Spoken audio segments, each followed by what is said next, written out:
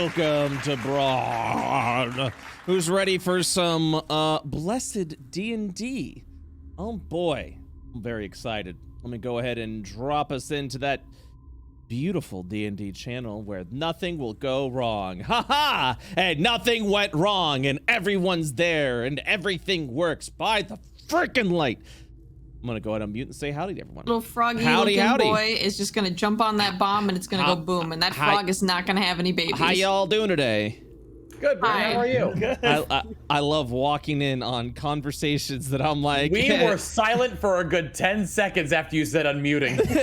We waited. I love walking into a fun conversation where I guess I'll never know what happened. We're talking about the bomb that we left on Atlas and how it has a frog activator. Oh yes, yes. I think one of the triggers was amphibian. That's right. This makes sense now. I get it. It was quite a few. Anti-frog bomb. Yeah. It was amphibian, void, or one other thing. It was like Genasi or something like that. Or it was like Earth Genasi. Oh yeah. Whatever Genasi are classified as, like the fucking damn it, like an elemental thing. Whatever the fuck Terry was. Yeah, there's an ore condition. Uh-oh. At least if it was amped, then we're good. Like, that'll be fine. That spot will be sacred for all of mankind. Or it's just like, man, I can't wait to introduce all the frog races that's going to be in Phase 3 at the frog town that's going to be built around the Atlas crater. Never forget. Yeah. Oh, Never forget about the bomb. Never forget. Portal opens in Atlas. The first frog comes through. Here, my brothers, we shall make a new land. Oh God! What is this here? It looks explosive in nature. Boom! Oh God, it's the bomb! Oh my God! Don't mind me. I'm just gonna re-roll everyone's initiative. Haha. Ooh. Initiative.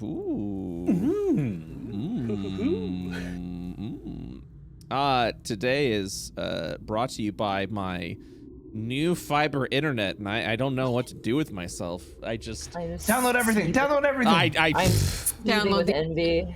Upload everything. Well, no, I got an ad for fiber. It was like, check out fibers in your area, and I was like, oh yeah, I didn't actually do that because I thought it was so low chance it was, and there was like, hey, you're eligible for fiber. I was like, get the frick over here now! And then I just the whole time I was like, I'm just waiting for them to come and be like, that's a lie. You're not actually. You're eligible for 10 gigs. That's it. Yeah.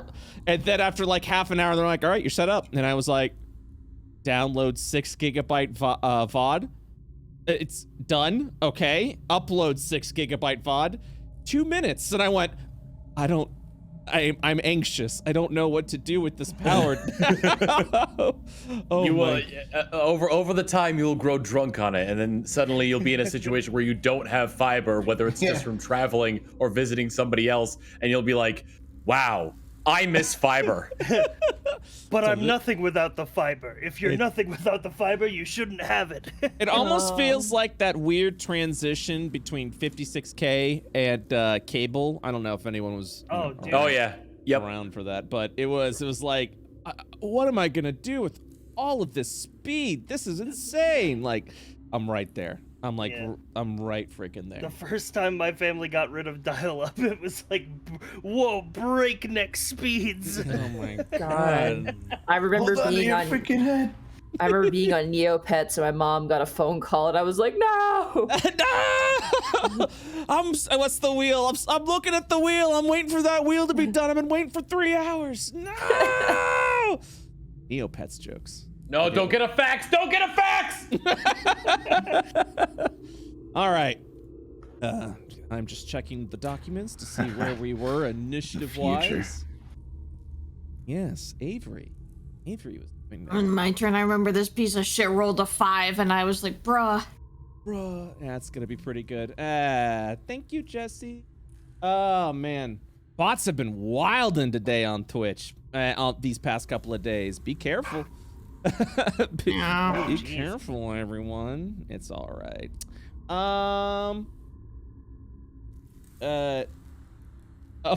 For some reason, I thought Monty was also randomly getting flooded with bots, and I thought Monty said, "I'm getting flooded in a second," and I was like, "Wait, what? What?" I'm the bot. Yeah. Oh my God, you are the bot, though. I am the bot. Oh my God, what the heck? No, I just gotta get him. I'll have to get up and grab my food here in a quick No, go second. get it. Go get it. I'm the bot Go guy. get it. Duh. Go ahead and give good a reference. give a little clap sound effect there. It's I hope the people don't get lost. They've been a little. Okay, they're not lost. I will be right back. okay. It's fine.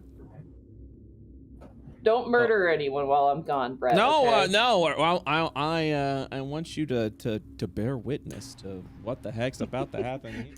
I want you to be here for the murder. I'm gonna die. Yeah, I want you to watch. I want My you to butt watch. hurt. Oh I want you man, to see what becomes of them.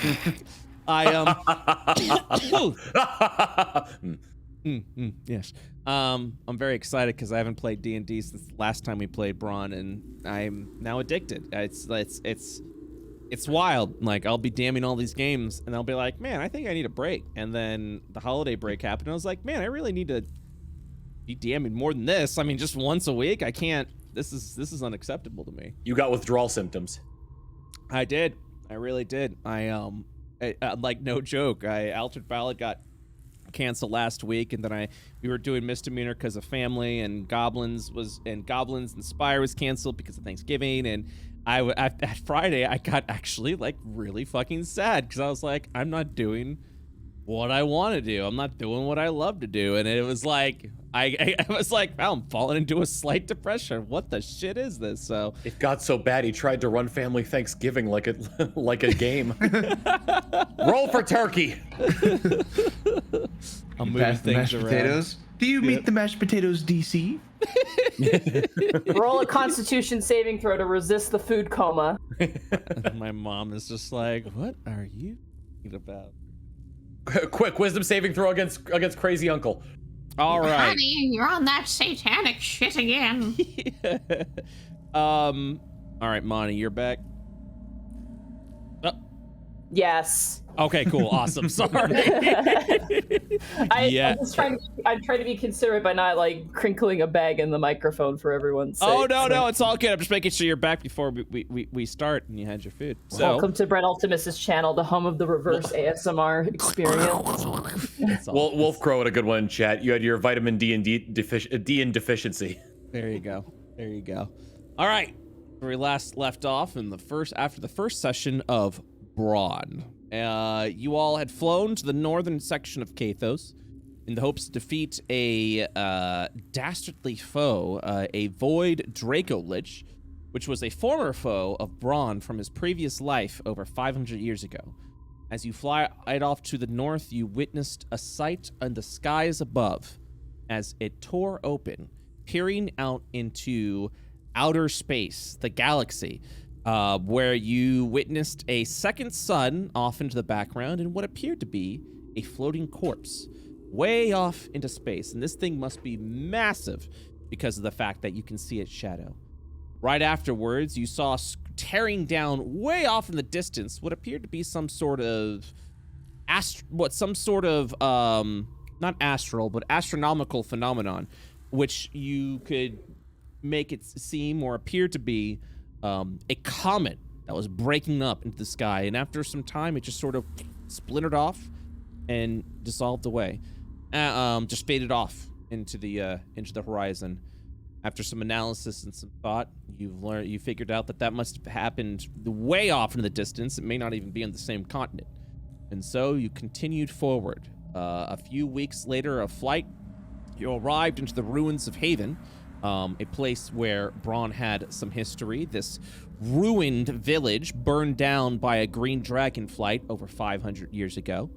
And after looking around in this area, you started making plans. You set up the old tavern as barracks, which will be built for you in the next couple of weeks, in-game, not out-of-game. And you then investigated over at an old well for one reason or another. The well had been completely dried up. But after a steady eye investigated, something was shifting, something moving down there. You descended down into the well, explored to see that this well could potentially once again have water, but it's been long since dried up.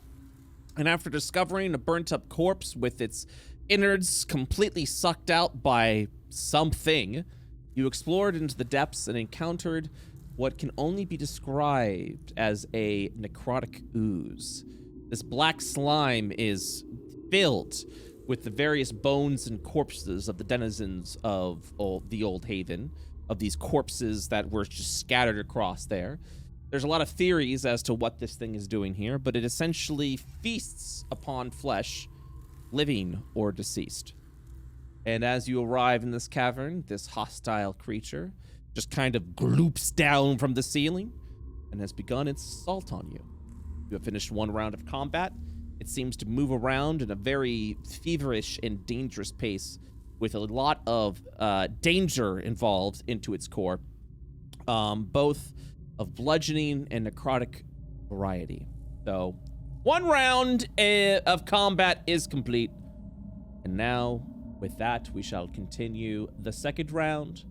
Shout out to Mr. SciFri, has posted all the notes that you guys need, including the mechanic definitions of scans and vulnerability stacks, which, as a recap, the red bar, 1 out of 1, this creature currently has 1 vulnerability stack that has not been spent. As a friendly reminder, before you attack, you can say that you will spend a vulnerability stack, and if that attack deals damage, that damage is then doubled. The attack, for whatever reason, does not deal damage. The vulnerability stack is not spent. Not feel like you have to waste it, nor should you feel like you need to hoard it. So, without further ado, are you guys ready to beat up a deadly slime? Ready to go! I'm gonna punch it. I'm gonna punch it. Okay. Oh yeah, that's right. That's my job.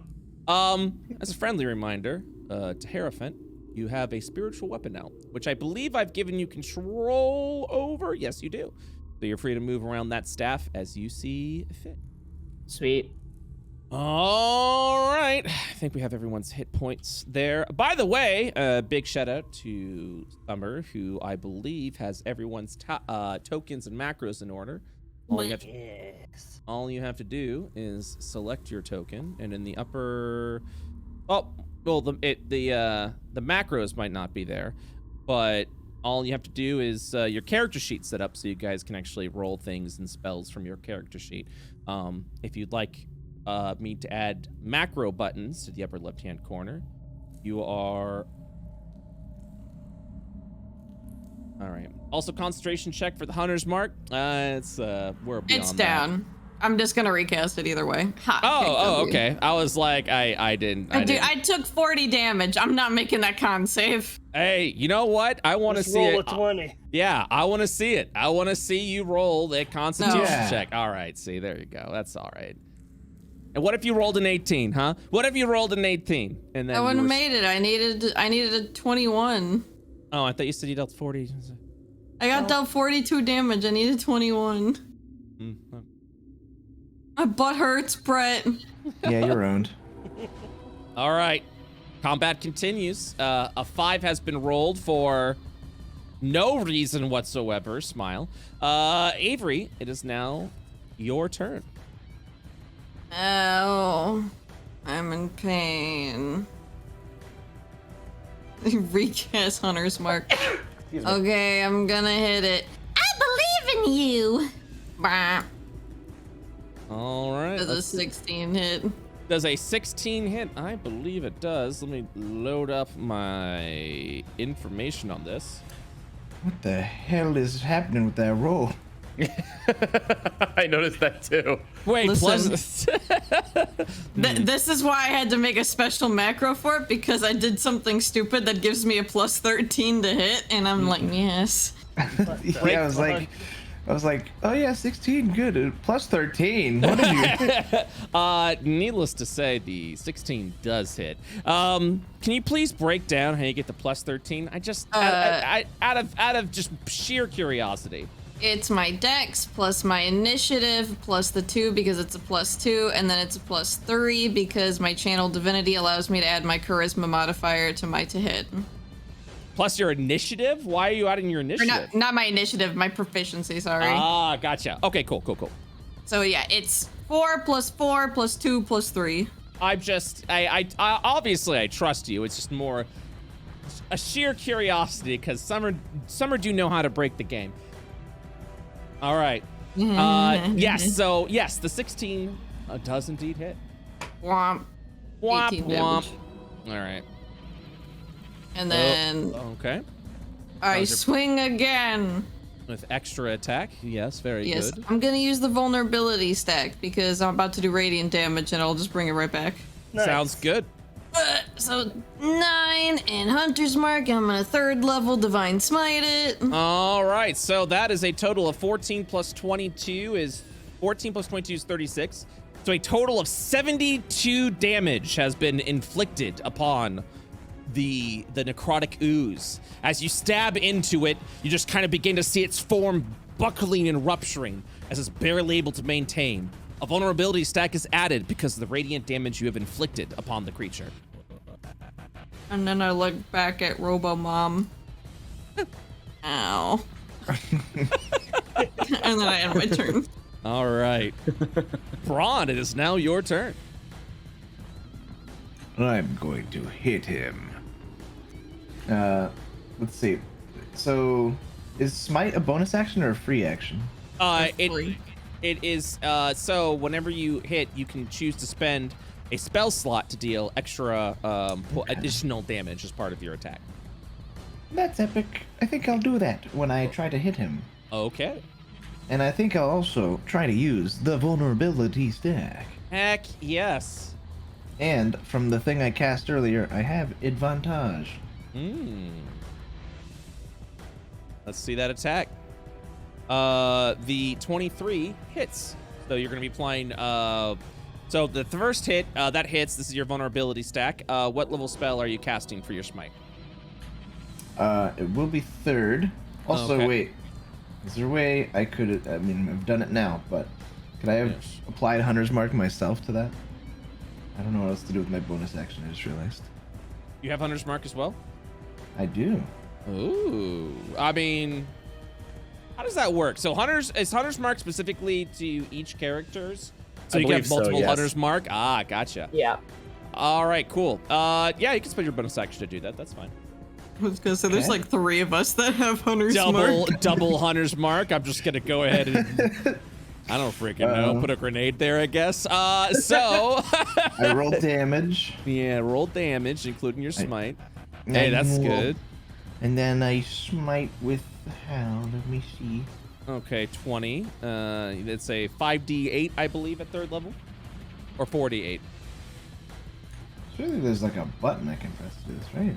There should be I think so. I don't know if on Beyond 20 there is. I think you have to manually roll it. I usually, whenever I have to run Paladin, I have to make my own little macro. So 5d8, or what was it? Or 48. 48. 48. Slammo! Okay, hot damn. All right, so let's go ahead and review, shall we? 20 points of damage, 42 points is doubled to 84 points of damage as Bronn comes down with a righteous strike. Bronn, the creature is buckling, about to lose its form, about to be defeated. Please describe the scene to me as you finish off this creature. Oh man, I didn't even hit with the second attack yet. Bronn, I mean, with like a stern gaze that can only be had fighting this monstrosity, you know, from years of experience of fighting other monstrosities, he calmly and like stoically raises this hammer way above his head and brings it down with just this intense force, and you can see the hammer itself begins to light up and streaks behind it with the speed he's bringing it down, and just fucking like Gallagher watermelon hammer slams this thing and just. And as you impact upon the slime, you just see its form unable to remain stable. It just splatters across the ground as you see spinal cords, skulls, and bones of previous victims just crush and scatter across the cavern ground. And as the sludge sinks down to the ground,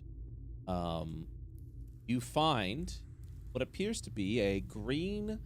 It seems to melt down into some sort of odd rock that glows with necrotic energy.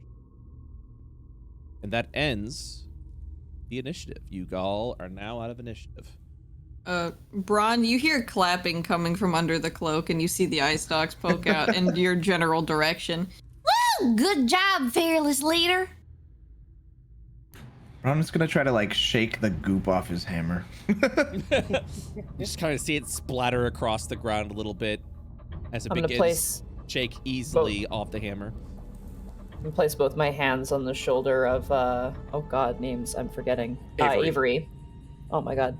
And I'm gonna cast Cure Wounds at 3rd level for Avery. Thank you, Mom. Gora's gonna give a hearty slap to Bronn's back and say, "Hey, nice shot, leader." He'll nod back in approval of his work as well. I didn't.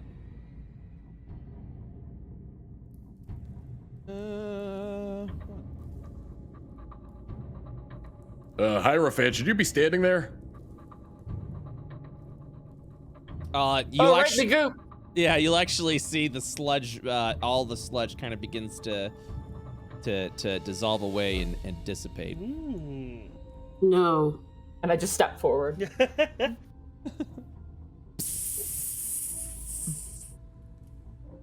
What's that? What that?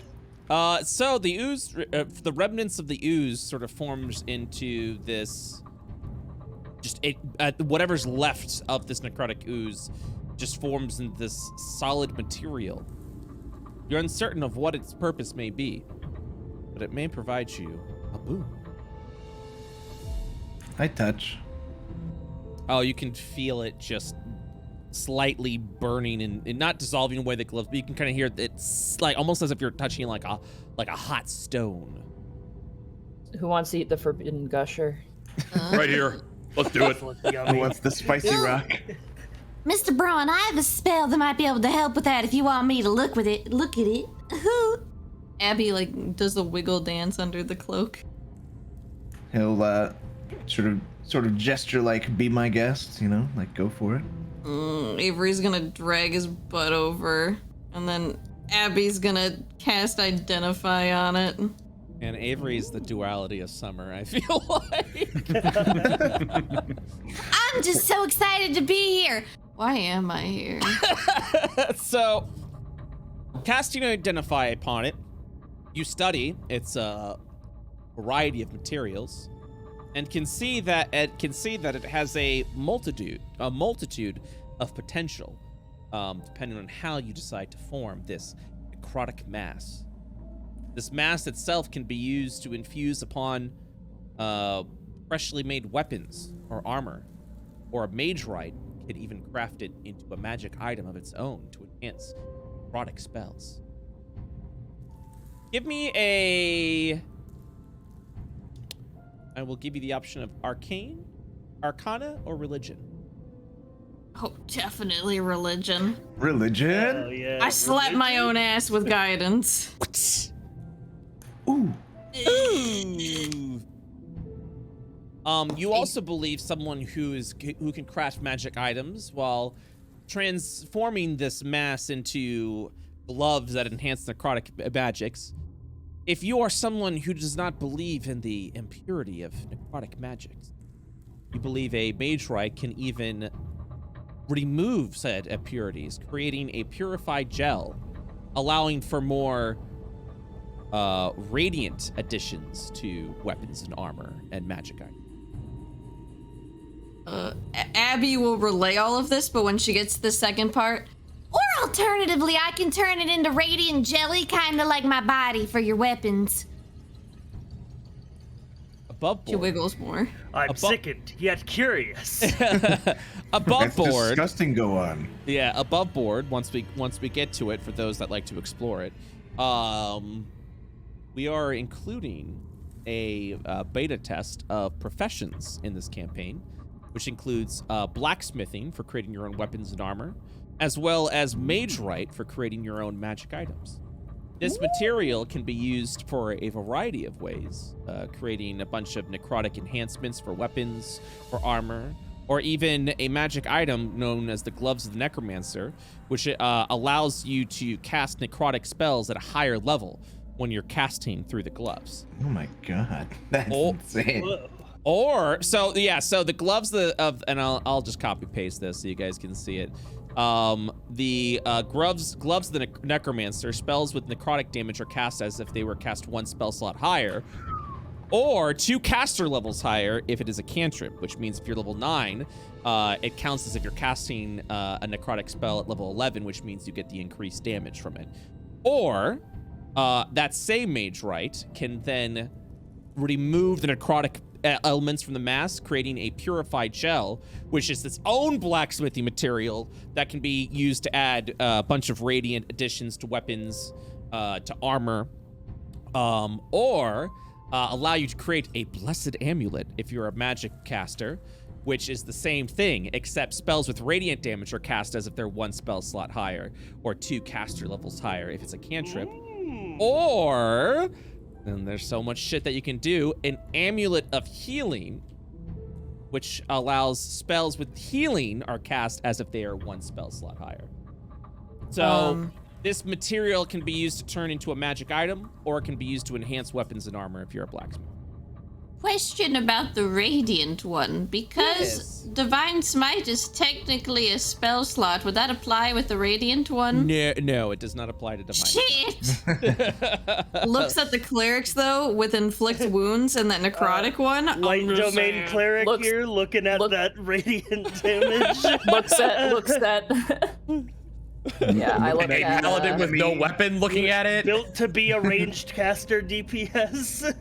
Yeah, I look at the DPS cleric. Needless to say, there are a lot of options you can have with this material, whether you can craft a magic item or enhance weapons. Such things that you can do once we get to it, because I don't want to overwhelm you guys. For example, if you use the necrotic mass when you're building a weapon, and you succeed the DC, you can have your weapon deal extra necrotic damage, or have a chill touch effect, which means if you strike a creature with the weapon, they can't heal until the start of their next turn. Like chill touch, the spell, you can apply that to your weapon.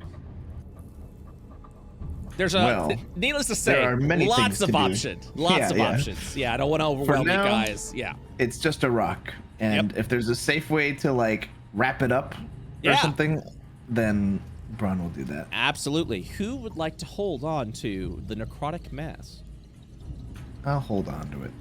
It's not taken. Bronn doesn't want it, but he's holding it. He's holding on. All right, allow me Hey, your to... kill, your loot, Bronn. Necrotic mass has been added to your inventory. As you continue to... continue. Yes, please. Excuse me, I was gonna ask, could I examine the wall and just see if there's a place where the source of the water might have been plugged up or where it could come from? Ah, absolutely. You read my mind. We're at the... Roll an investigation check, please. Investigation. Boom. 4. Excellent. As you place your hand across the rock, kind of feeling it a little bit, even with the 4, you can feel the vibration behind the wall, as all of you can hear surging water now pressing against this wall, as if the necrotic mass was holding back the water at this location. And as you're now looking at all of these spots, now all of them fading away into the ground, whatever this creature was blocked up a variety of areas within the cave itself to try and make its own nest. potentially even blocking the source of water. But with the necrotic ooze now gone, there's nothing holding back the water. I'm gonna turn towards my companions and just say, could you please grab the body on your way out? Of course. I think this well is about to become a well again.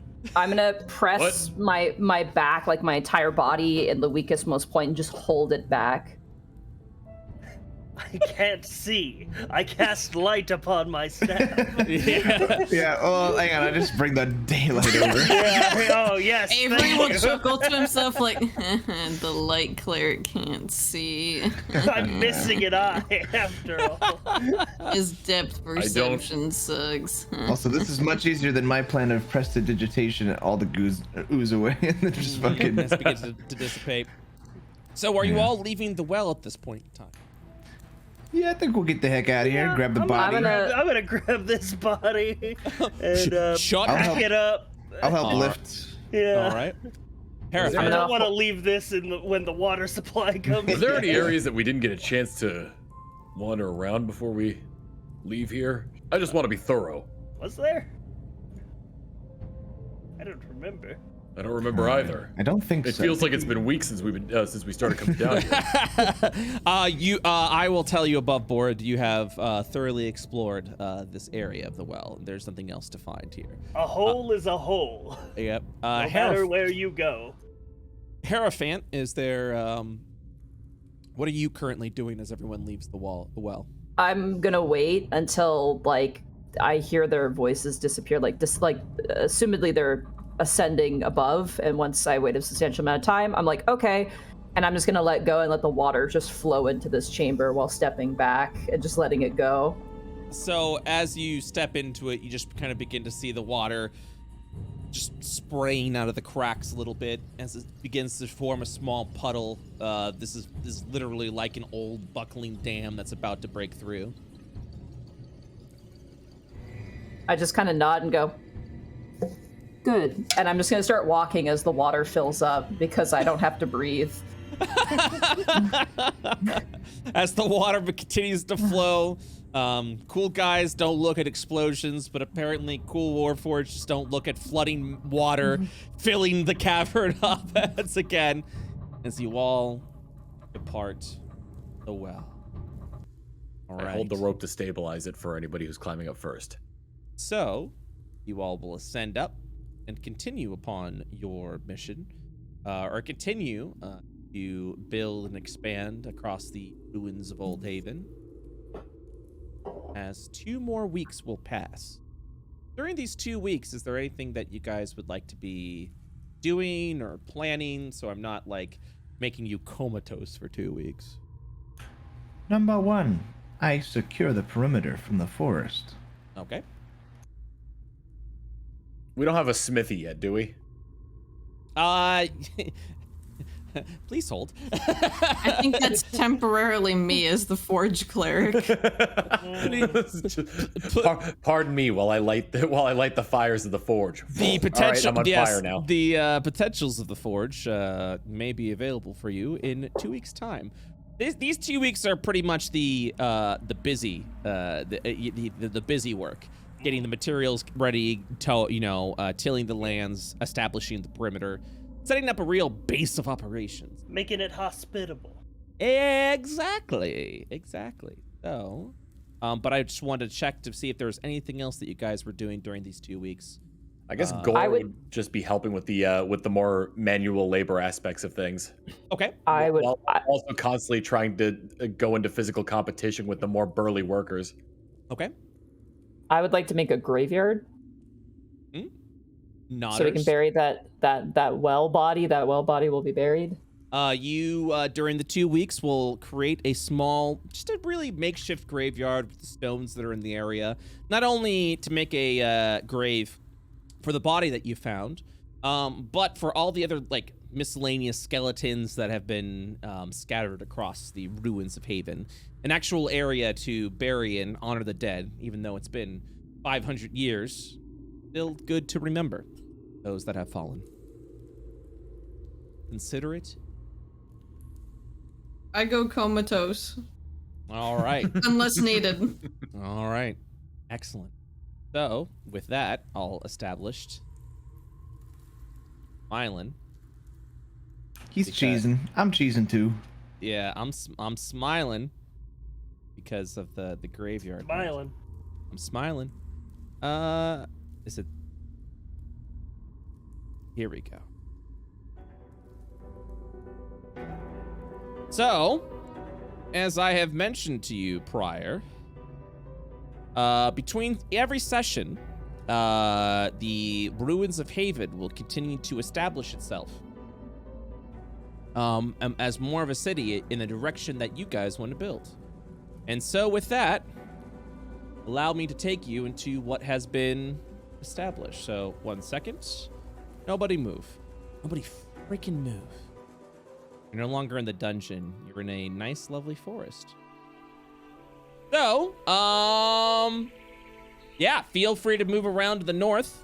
I will let you know that you, over these 2 weeks, 2 things have been built here, along with the various farmlands that have started to be tilled and a wooden wall that forms the perimeter to protect this area. You will know the tavern itself has been refitted into a barracks by the thanks of the various people that were working there, along with the clerics of creation that allowed to enhance the process. A graveyard has also been added. Would you like, guys, let me take you to the areas that you guys would like? Or do you want to walk there, or I can actually show you? Either way. Like. All right. Yeah, let's just jump as a group. Yeah, I'll navigate you around. So, one of the things. Let's go. One of the things you'll notice is the well itself, now that the water has been rushing, has been reestablished, allowing for multiple buckets of water. A clean source of water has been built over there. As we walk over here, you will see that the tavern itself has been completely reshaped, allowing for barracks that will actually house everyone. You have about 30 people in your employ, with the various workers, as well as clerics, warriors, and fighters, and yourselves, all here in double bunked beds. So, yeah, so simple wooden floors have been placed. You have a table with a map, as you all have requested, that has been there. And all of your supplies are now stored in this area, along with a door here over to the back storage, where more supplies are being stored, including, you guys discovered, 2 kegs of 500-year-old ale. I don't know what you're gonna do with that, but that has been left behind. That has been left behind. As you walk around, you will see that the outside of the tavern is now outfitted with training dummies, archer dummies, so people continue to do that. And a small path has been forged, and this is why I smiled from what Monty said, where a small makeshift graveyard has been established. Just with kind of like stones gathered in the area, stacking around there. I mean, it kind of makes for like just a very, very simple graveyard, but all the dead has been buried here with a nice path that has been paved around. And that is the updates to New Haven. Hell yeah.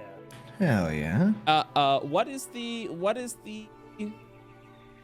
you want to name this town? New Haven. New Haven works? Haven 2! Haven 2! Haven the second. To Haven, New Haven, for you Haven. So... That's a town in Connecticut. I believe it. Excuse me.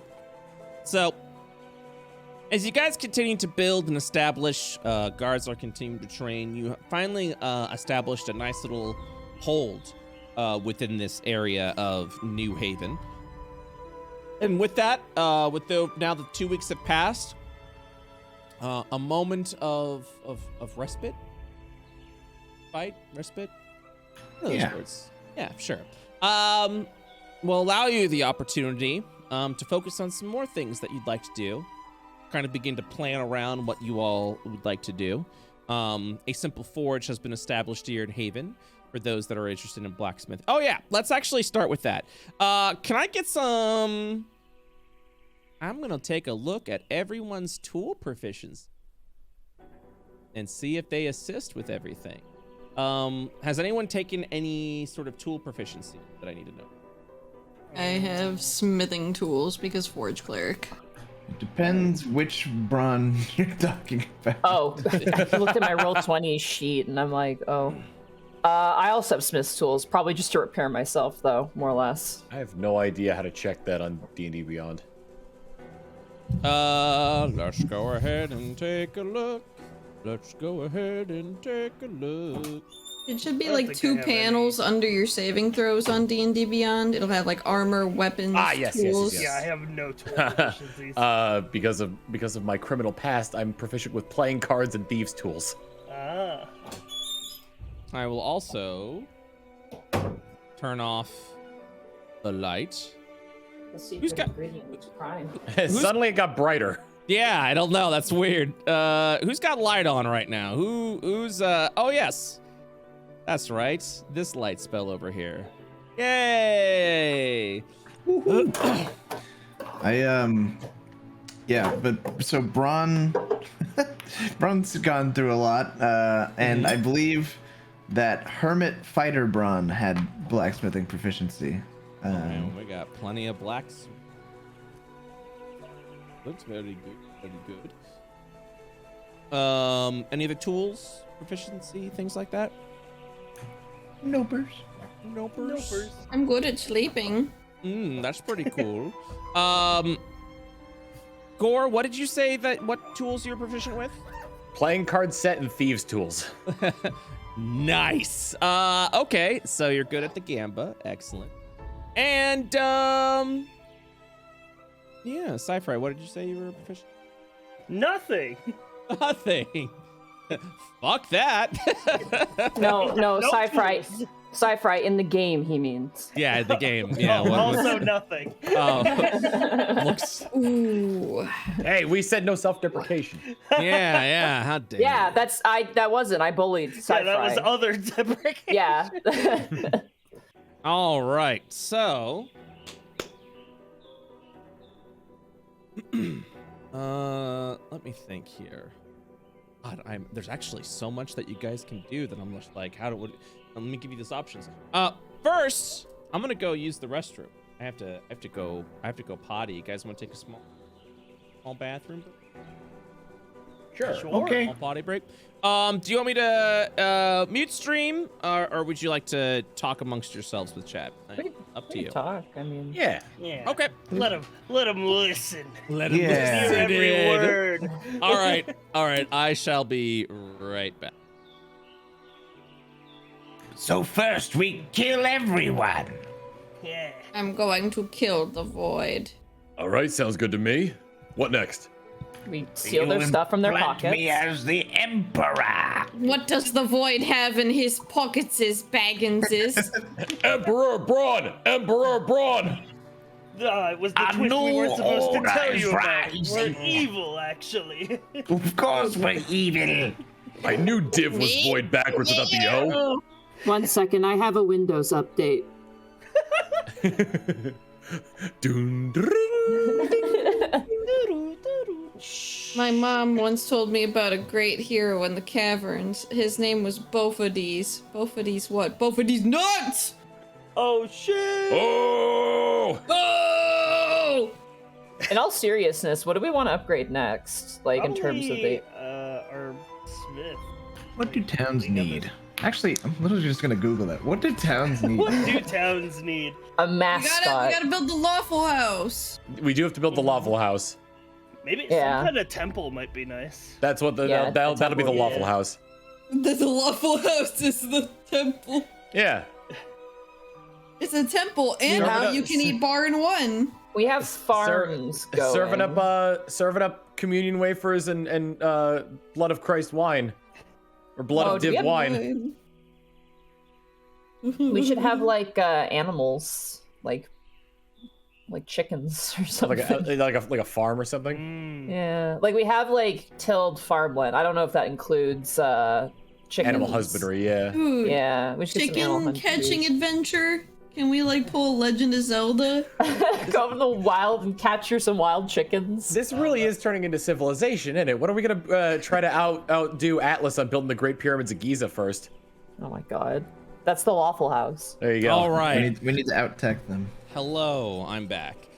So, hi everybody. Any plans? Any plans you guys want to share? Any Can we plans? hunt for wild chickens in the wilderness? Yes, you can. Okay. So there isn't a wild. catching So, chickens. Well, God. to preface that though, is there did the tilled farmland include any animal husbandry? I mean, you could go ahead and build that if you want, but yeah, simple grain, simple like quick grain, basic rations that that you guys can form to keep yourselves alive. But it's really funny that you bring that up, and I'm sweating because of it. I was going to let you know that there is a hunting mechanic that you guys can do, and every plot of land and area, if you'd like to go ahead and focus on hunting, has a different set of variety of animals that you can go ahead and find. Each animal, when cooked, provides a different bonus. There's a lot that I've People want me. I don't want them cooked. I want them Yeah. to have babies. Yeah, Oh, like, yeah. we're trying to make like an animal farm Like here. a breed them? Not Yeah. the- not like the one of book most Animal Farm. important I am things not is- asking for this because waffle batter requires eggs, I think. Pretty Yes, of sure. course. Yeah, you know, we also need milk. There's also like some cows, you know. Yeah, we want to go out and find Yeah. some cows and chickens out there in the forest. No, I see what you guys are saying. Yeah. Animal I also breeding. want to hunt. That Gods. sounds fun. Okay, so there's like I said, I don't overwhelm you, but you guys have a lot of choices that you guys can do at this point in time. Now that you're currently in Haven, you have To the meeting table. What? To the meeting table. To the meeting table. Woo! Woo! Yeah, feel free to get over to that table. Also, I let can't me. wait for Bronn to abandon me because he liked pepper better. Oh, Get it? Because that name's That's a goat Salt. joke. that's a goat joke. That's an offline campaign joke. That's summer established. Oh, by the way, yeah, there we go. We got some lighting. Hell yeah, dynamic lighting updated, so you guys can't see through the wall. Woo! All right. So feel free to take notes for whoever our note keeper is. Because the world of IO is so open, has become more open day by day, you guys. The only objective, as a friendly reminder that you have, is to fight against the Void Dragon, which you have until 3, I would say 4, maybe 4 sessions. 3 to 4 sessions you've got left. So there are several options that you guys can do at this point. You're free to, of course, talk amongst yourselves and role play over here. But there are several professions that you guys can pursue to enhance your ability and gear. You've got a pond out there, which is able to be possible for fishing. Fishing allows you to not only cook food that will enhance your abilities, but will also, some rare fish will allow you to make potions for alchemy, allow you to make different weapons and armor and materials, and all that can be done through fishing outside. You also have blacksmithing, for those that are proficient with blacksmithing. The ones that said they were proficient in blacksmithing tools. You guys have already received a level in this, which means you guys have half proficiency to blacksmithing checks. This allows the creation of weapons and armor with its own mechanics that you guys can do with that, including creating a cestus, which I know, Gore, you were interested in. Essentially creating a weapon that allows you to use your... essentially to count as an unarmed attack, but it's still a weapon. Mm-hmm. You're able to hunt over into the forest to gather more food, whether you'd like to go ahead and raise them for cattle or anything like that. And you can also cook the food. All the materials that you find for cooking provides you with a buff over at the next day. So if you make a meal for all of your comrades, you guys may gain a buff, which may be improved short rest healing, may increase your stats until the next dawn. they're essentially nice little buffs that you guys can kind of like plan for that will enhance your abilities for an entire day. You guys can also leave the village or leave Haven if you want to explore a little bit more around the area. If you guys are interested in exploring the area to see if there's any treasures or to even investigate the area to see what kind of void presence may have been spreading out. But yeah, and if there's anything else outside of that you would like to do or rather do, you are free to do that as well. I don't want to burden you with too much choice, but needless to say, you guys have got a lot of options. Eesh. So feel free to talk amongst yourselves and figure out what you guys would like to do. So we have barracks, we have fresh water, which is good. We have farmland starting up, which is also good. Mm-hmm. What is most imperative in your opinions?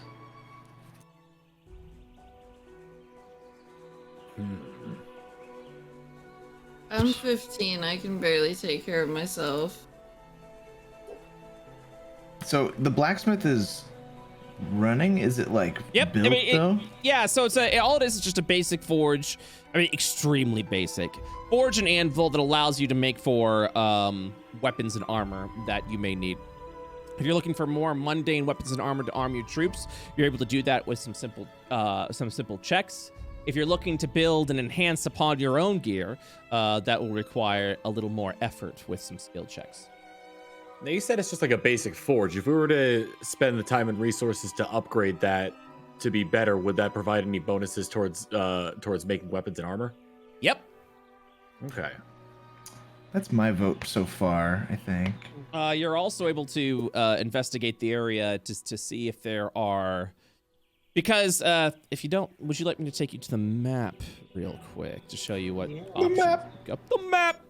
I don't have my my voice mod working, otherwise you'd be getting that full reverb, baby. I got you. Map. Thank you very much. Bless up. All right, so as this loads up, as a brief recap, you guys are currently right over here. I'm gonna go ahead and put the Bronn icon over there. Each on horseback, which you all have access to, by the way. Each, go ahead and slap that on there. Each hex takes 1 hour to navigate through. The Fog of War essentially states this is unknown area that you guys don't know about. You are free to send soldiers and people out if you'd like to go ahead and let you know what they find around the area itself. Or you all are free to travel around, as this world is, or as this region of the map is rich with ruins and caves and all sorts of things. So, yeah, so you're free to navigate and explore. All right.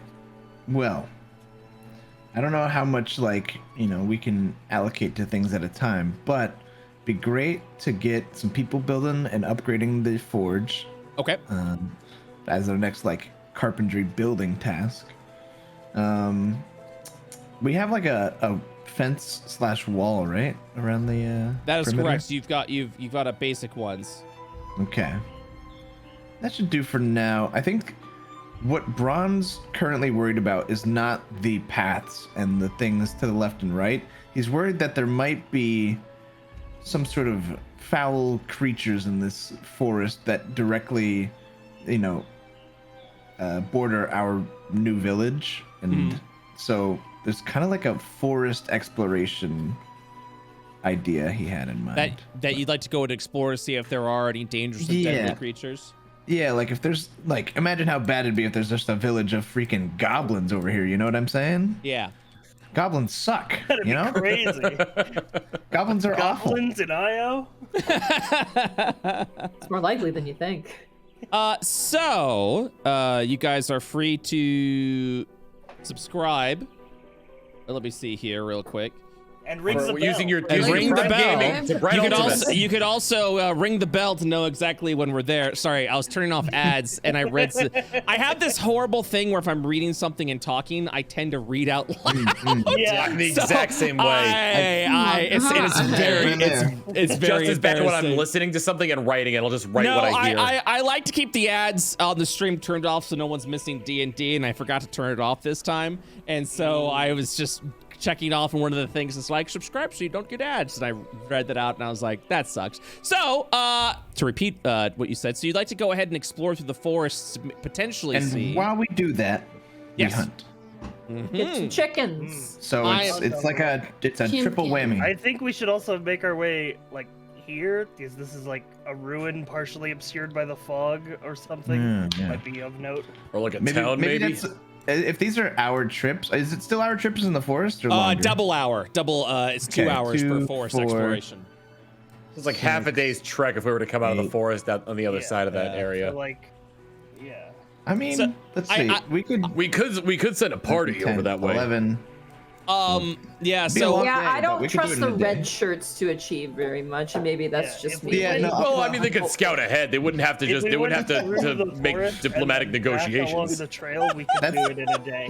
That's what I was thinking, SciFri. I think we do a day trip of trudge through forest, ruins, and then back Yeah, home. and then speedy ride along the trail. Assuming that the ruins aren't incredibly interesting, we don't want to spend an entire Yeah, day there. true.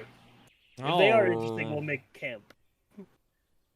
Go ahead and hit this run right. Sounds like some travel's happening here. Okay, so you guys are actually, after the 2 weeks time and plotting there, you guys are going to be traveling outside of Haven. Is that correct? I believe so. In All- interest of security and exploration. Okay. Yeah, just go ahead and ping where you guys would like to move. So if you want to ping over here, I'll move it over there. I'll let you know it's 2 hours time. I'll let you know what you guys see during that time. You're going that direction. Everyone's good with that? Yep. Also, usually when it comes to this kind of exploration, a party leader does help if you guys want someone to like navigate for you, which in this case I guess would be Bronn. All right, so let's do that.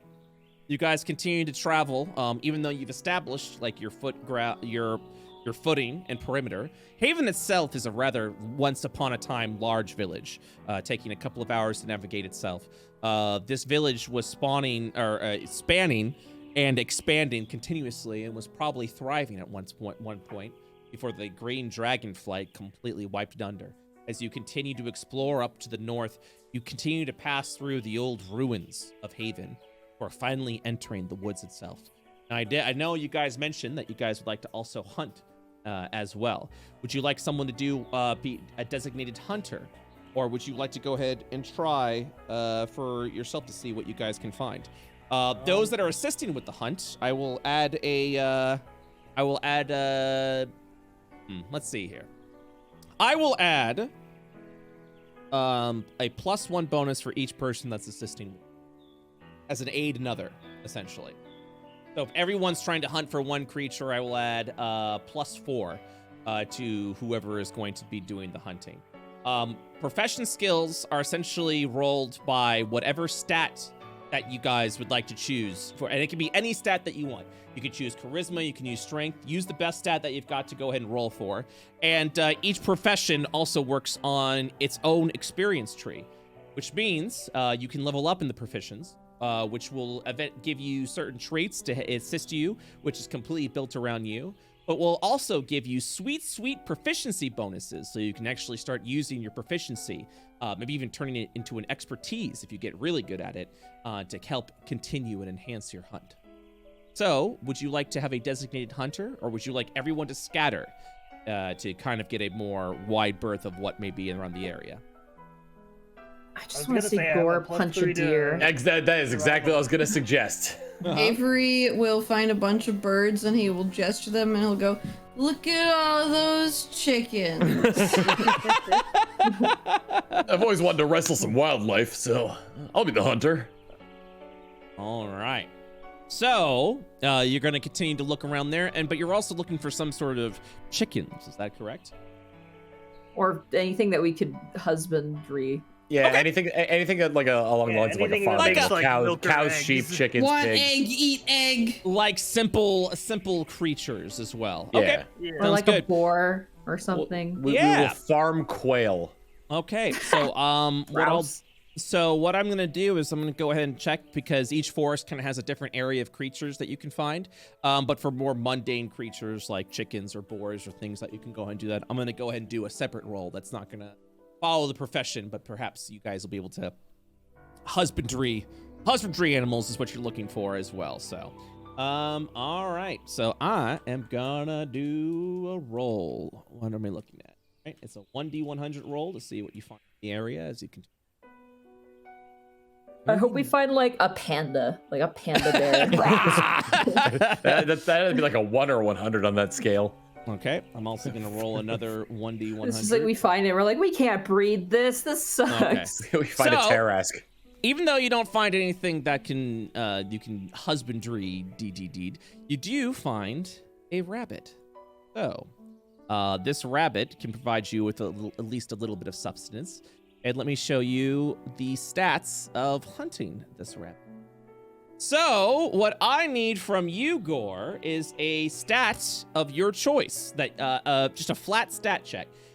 Since this is a simple creature, I just need a DC 11. If you beat it, you successfully hunt the creature. You have 3 attempts to succeed. This is an extremely simple creature. I am going to suplex this rabbit. Okay.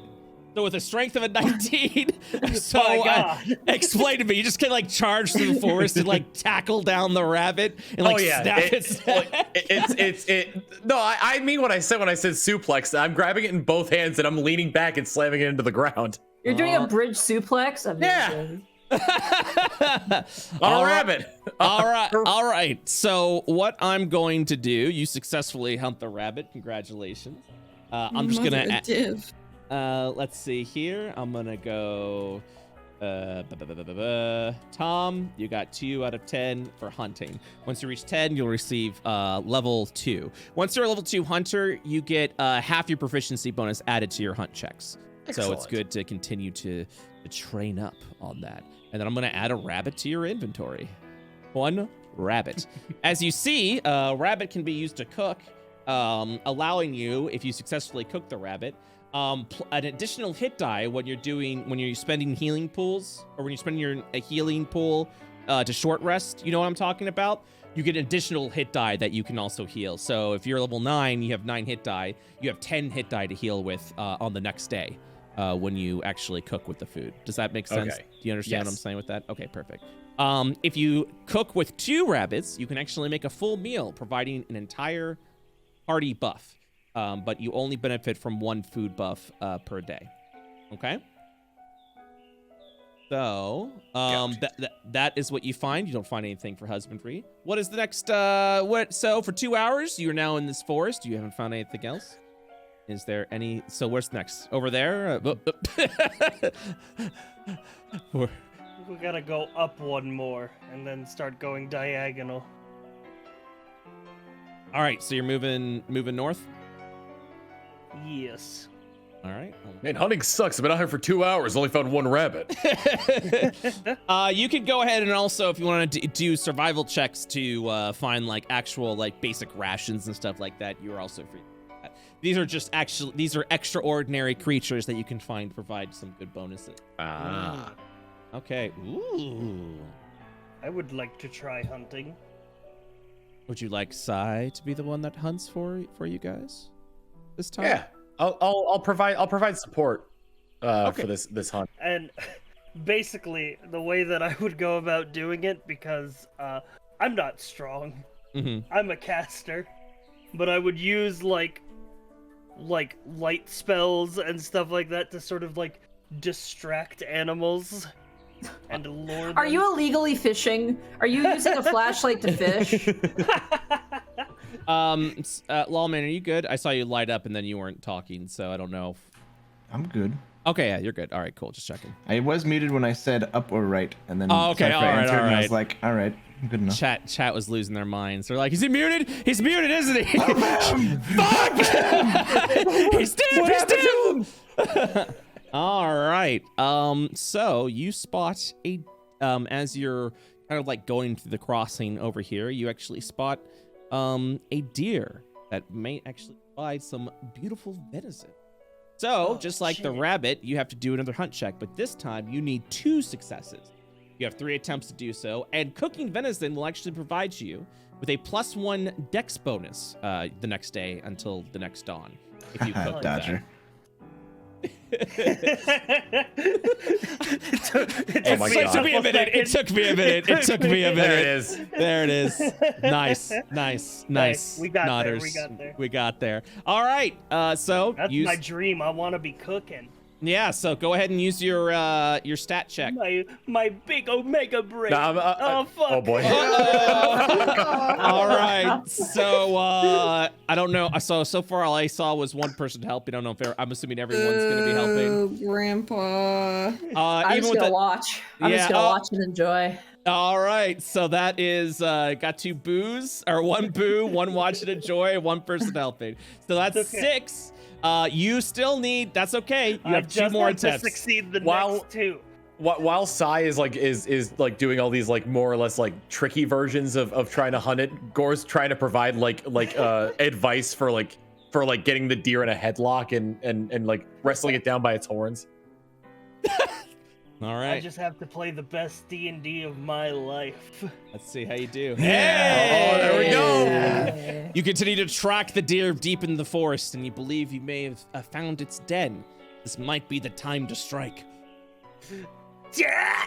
Hey! Nice! And with Hey, that, there you go. you have successfully hunted Hell the deer. yeah! Gaining 2 hunting experience points. 3 out of 10 for Snap its neck, Sai! Or it's not Sai. Lyle, snap its neck! Snap its neck, Lyle! Oh god, please! Strangling. Help! allow like me. holding onto it. I'm also gonna make another check here. Oh, nope. Nothing else that you can find for husbandry animals, unfortunately, as you continue to explore the depths of this. You do notice, however, that the forest itself seems to be scarce with wildlife and creatures. Surely that I'm about doesn't to make mean it more anything. scarce. Yep. As you continue to murder it, I'm gonna go ahead and add to Lyle 1 deer.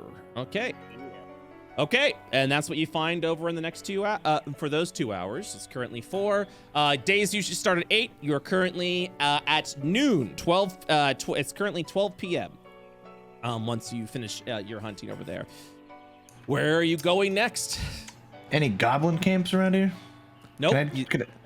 Is any smoke maybe rising from any forest line, or I think we're gonna go to the God, northeast. he wants to crusade so bad. I just want to do a little bit of crusading. Just a little bit of crusading.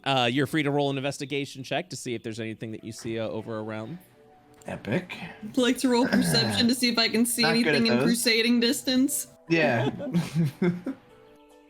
Active perception is also allowed if you want a general thing, but investigation Yeah. to see what may be going on in the area. I touch Bronn's butt with guidance.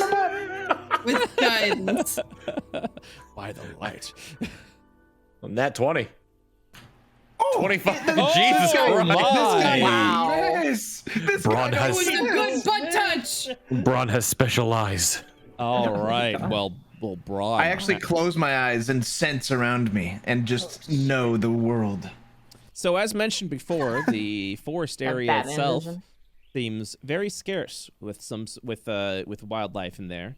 And as you continue to explore around the area, about to move out of this area, you are able to track something extremely familiar.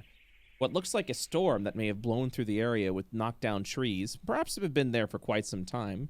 You recognize your many, many years of adventuring as broken trees that are fresh from a rather large creature. As you navigate behind the logs and wood of the trees, you push one over to see if there's any more evident. Perhaps a hunch, but something seems wrong.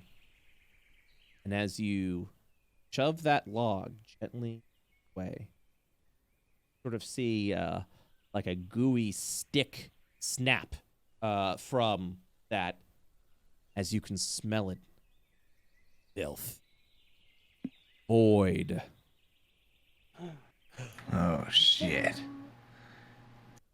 And I will let you know with your canny investigation check that this area, where whatever it has void inhabited into it, it has moved off into this direction. As you see it just not clumsily, but aggressively moving over in this.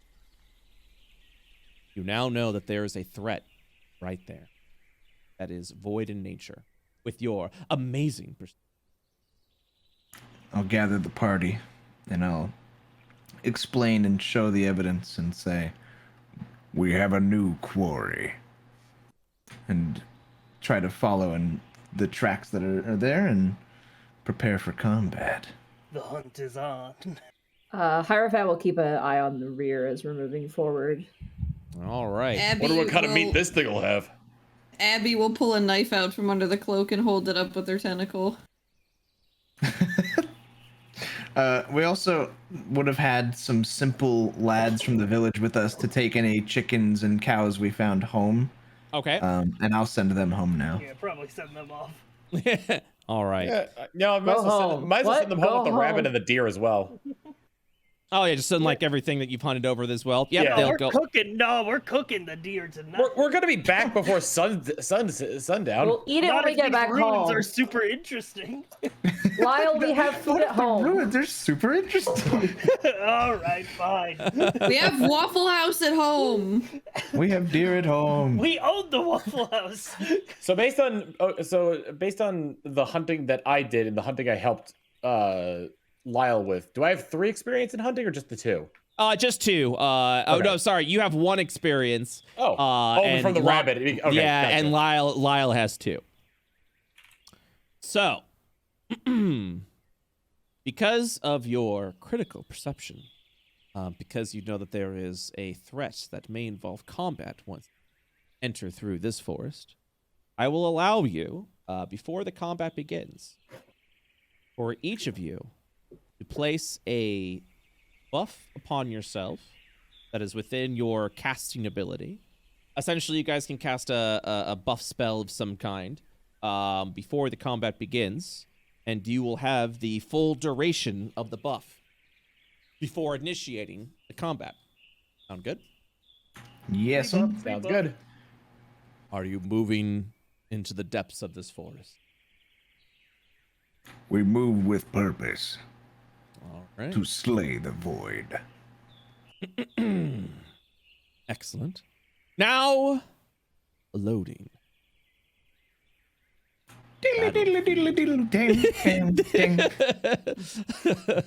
A wild void appeared. Kind of. I throw a quick ball at it. All right. So, Kill the void. All evidence must be erased. Oh, it appeared to be caught. I hold down So B close. while the Pokeball shakes. That doesn't work. That's a lie. It makes me feel better. Press B. Press B. It's always it's B down or AB down is the 2 that I know of. The one that I heard as a kid was that you had to time pressing B with the Pokeball shaking. Yep, Oh I my did God. that. I did that. all right. You continue to march through the forest. And as you arrive within the area, you can just see the general, feeling within the area. Something dark is within this presence. As you hear the sound of snapping off to the north, and what appears to be a low growl. Your forest maps give me PTSD. Well, why? I've seen them in many campaigns now. I'm just like, these trees, they're familiar. Oh god. Brett, you mentioned we can get a buff off, not a butt, a buff off, correct? That is correct. So once the combat begins, before anyone's round, each of you can let me know if there's a there's a spell that you guys are casting. Gotcha. Sure will be. Yep. I gotta do this. All right. So, as you guys continue to explore the area, like I said, off to the north, you guys can hear the sound of branches breaking and flesh tearing. Make ready. And the hunt will begin. All right. Okay, there we go. Okay. And as you guys continue to march to the north, I will ask you to stop at that point. Ah! As you will see it, I'm gonna. So there are a couple of things I'm gonna do. Smile. I'm going to. Was that Lawman screaming or was that Bronn screaming? That was Lawman. Bronn don't scream like that. Slap the grid. And I will require you, each of you, to roll initiative. As off to the north, you guys can see it within the tree line. A large bear covered in void. My time has come. Void bear. Oh god, these low initiatives, what the fuck? Oh god! They're so bad! It's the weakness of the paladin and the cleric is you get the worst initiative out of any class usually.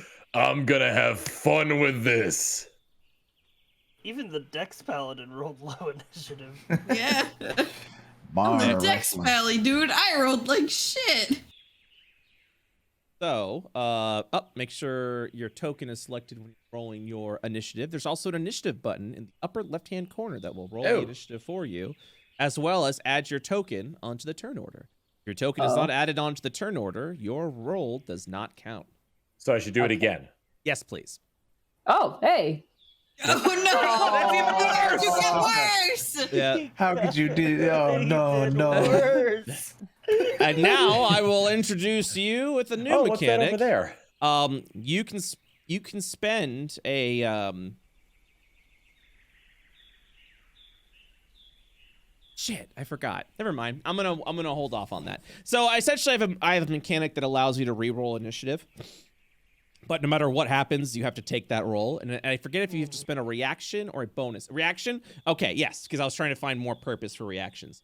You can spend your reaction during your turn to re-roll your initiative. But no matter what happens, you have to take that roll. More importantly, if it rolls a lower number, you can't retake. You don't take another turn.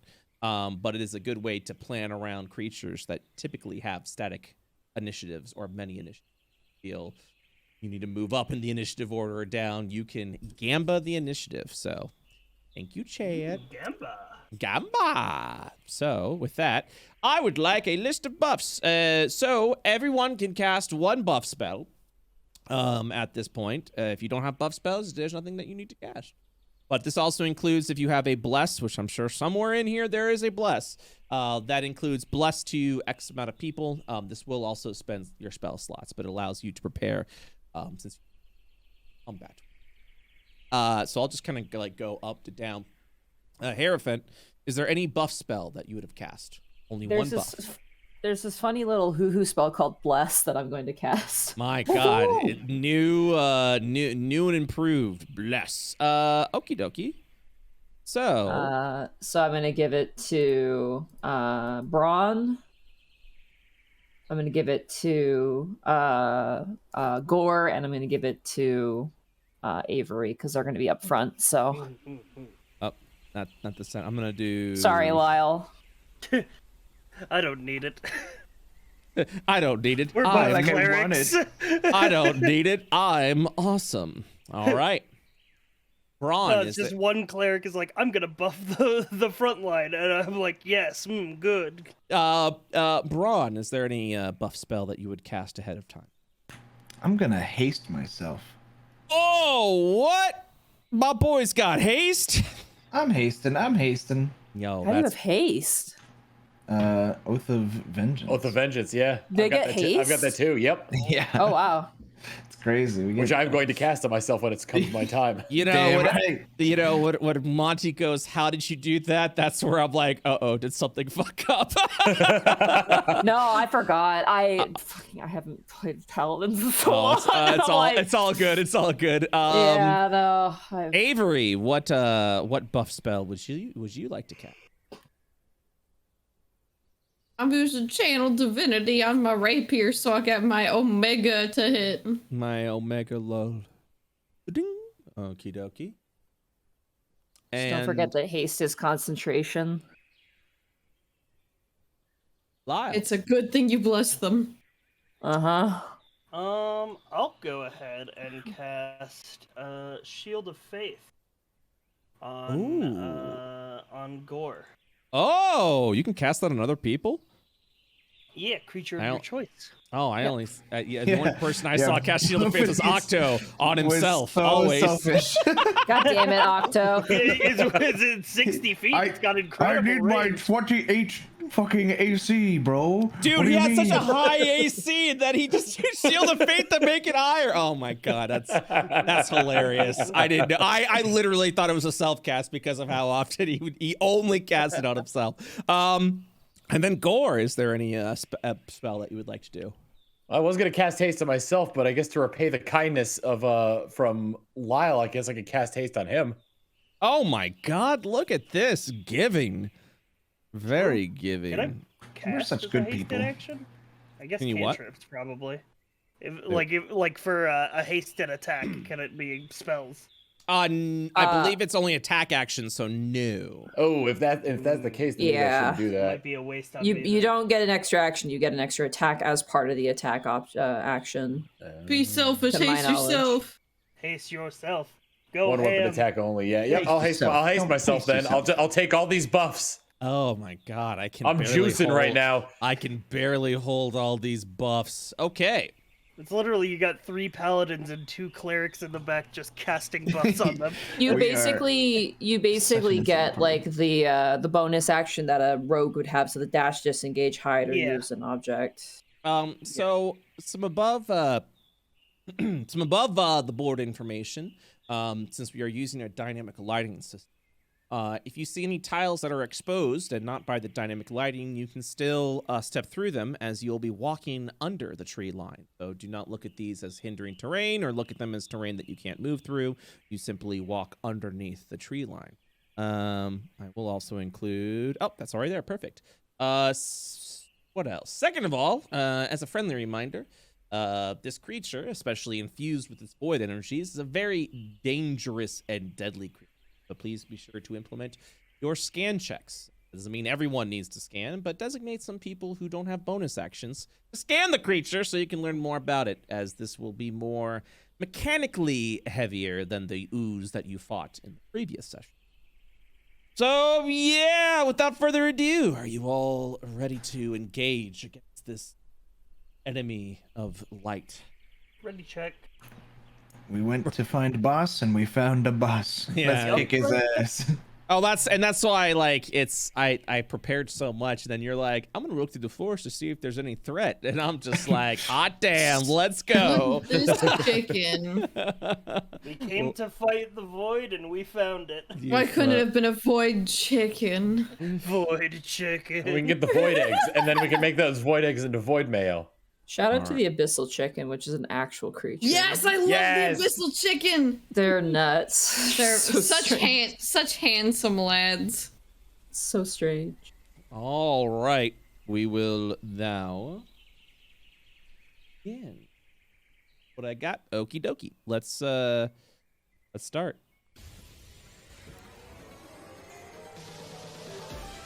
Okay. Oh hell yeah! We're jamming. The bear it senses the presence of a living creature as it's been tearing into the venison of the steer. It looks forward underneath the tree line to see the crusading warriors that are marching towards it, and it begins to let out a loud roar before it then like lumbers down. And that is its turn. Hierophant, it's your turn.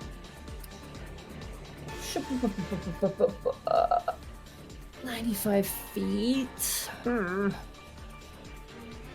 you allow held actions, Brett? Yeah. Oh yeah, absolutely. As long as you tell me how you're holding it. Okay. Is that an I'm optional going to- rule? The people run it differently. Depending Oh, on gotcha, how they do gotcha. things. Yeah. As long as you establish a condition, yes, I do allow held actions. You just can't hold bonus actions. Okay. I am going to hold my action to cast Sacred Flame if this thing reaches within 60 feet of me. Beautiful. I like it. Anything else you like to do? Nope, just that. All right. Bronn. How far is the hasted movement? Just an extra 30? Yes. You get double movement. Double movement. Well, I will double movement towards it, I reckon. Well, what does that leave me? Am I with range? Yeah, okay. I'll go 45. I'm gonna go to the right side of this little tree here and hold my action to wham bam slam this guy. Okay.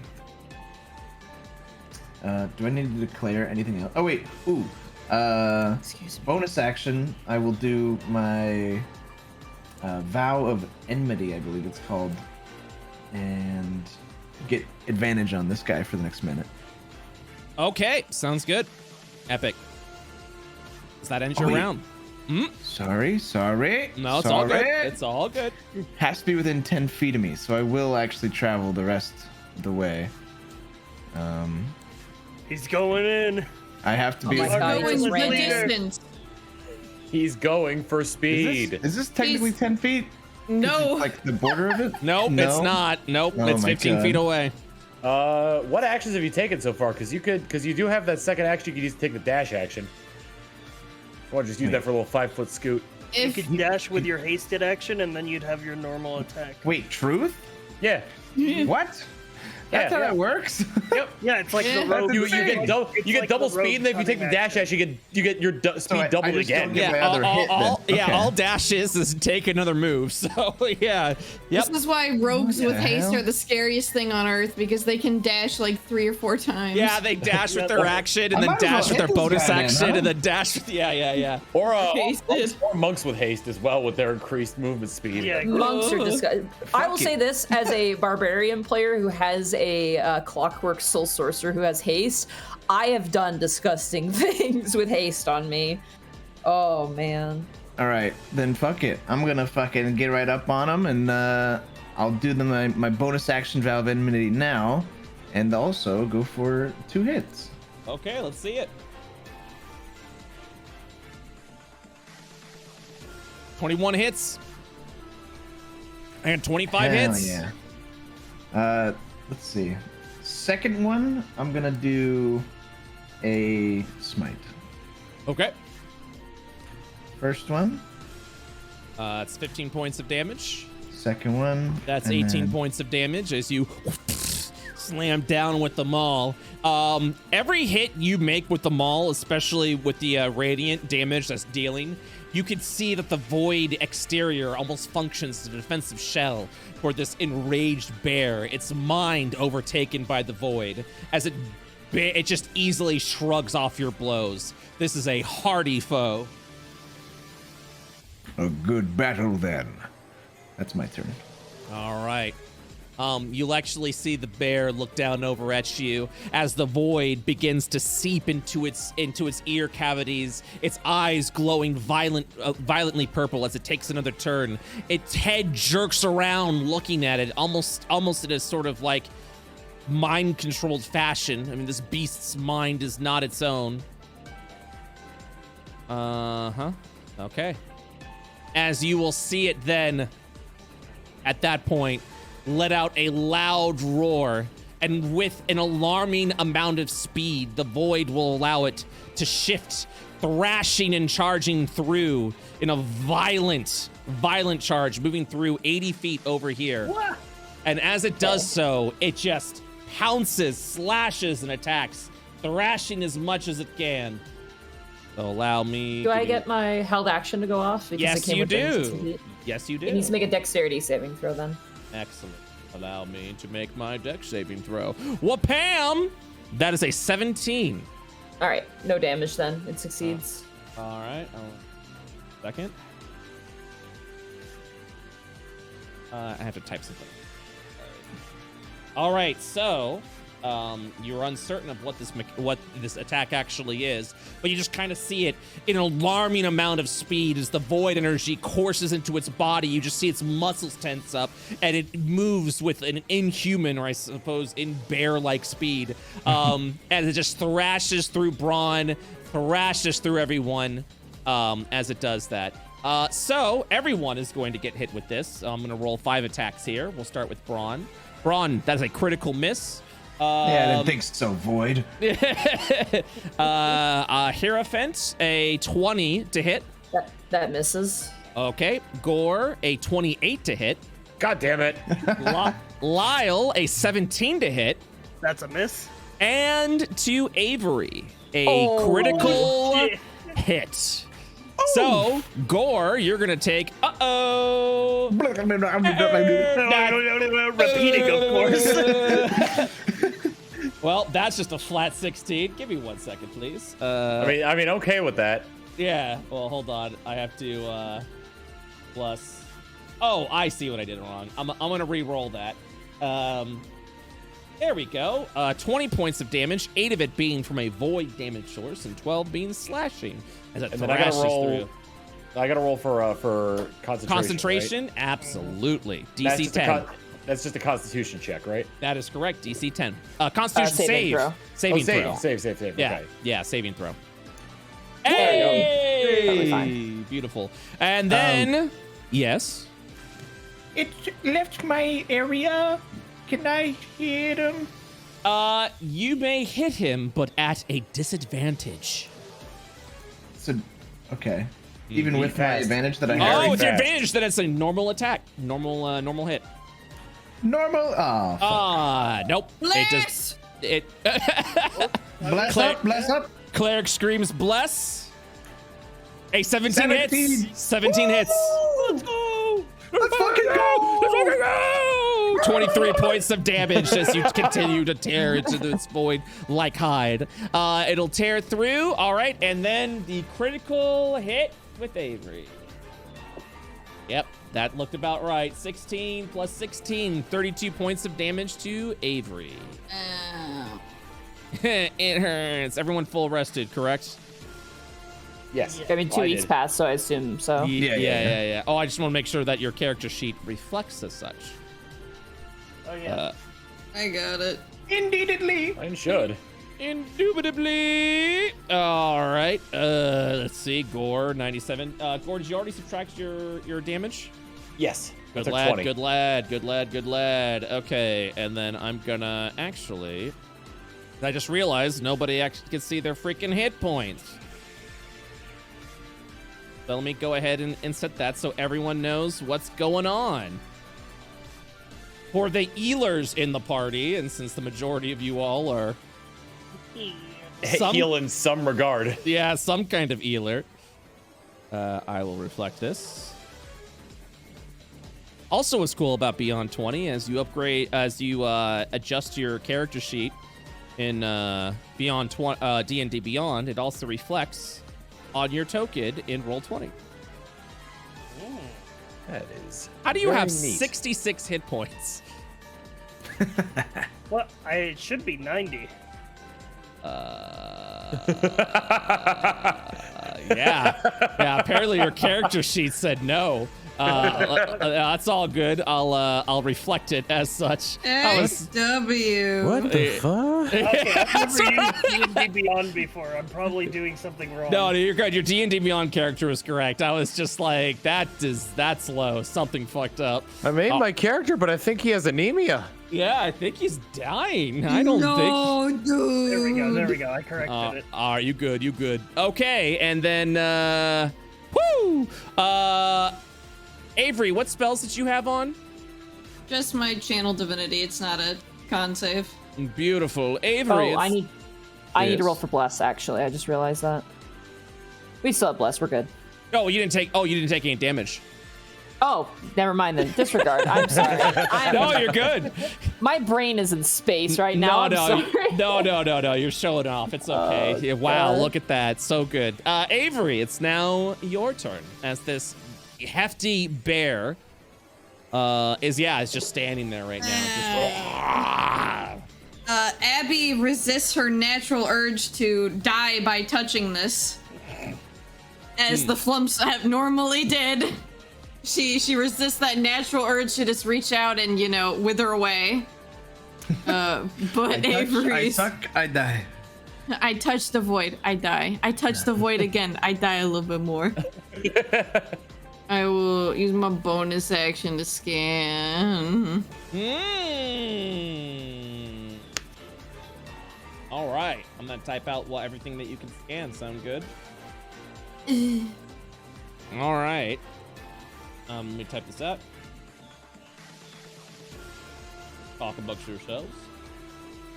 This guy moved really far How from about me. that bear? Yeah. It's a good thing you have lots of movement. You can come back. Can I? Yeah, I guess It so. moves as fast as a real bear in Just real take your life. dash action again, and you'll still have your attack action. Haste True, is bears are great. fast. All right, here are the traits and turns that you can learn. Tauntable, Void Globule, Action Turn, Move Turn, Concentration Turn, Phase Turn, and Damage Immunity. Give me the void globule. I think we might have seen the move turn. All right. Void globules are now targetable. As you now stare upon this bear, you will notice these globules of void that is all seeped over through it. It has 8 void globules on it. So, by targeting it, you have to establish I'm targeting a void globule. They have an AC of 12 and 30 HP. When one is destroyed, the void bear gains 1 vulnerability stack and permanently loses 1 AC. However, it gains +1 to its attack rolls. For every 2 void globules destroyed in this way, void bear gains 1 dice to all damage rolls, which means 2d6s become 3d6s. Oh, How about no? Mm-hmm. It's okay. I don't have a problem with the hits. I got God on my side. I have the power of God and anime on my side. I There hit you the go. bear. We're doomed. That's never it! mind. I'm gonna smite this. He crit me. I crit him back. By the light! By the light! He Yo, crit me. that's I'm crit him back. That's 52 points of damage as you strike upon the bear. All right. It looks over. Snarling. Angry. Abby is cheering for her boy right now. Okay. Oh yeah, and then I hit it again. Hey, that hits. Hey, Surprise, 31 surprise. hits. Crazy. Yeah, it's so wild. I didn't even have to roll bless. Wild. Wow. All Don't right. miss. Does that end your turn?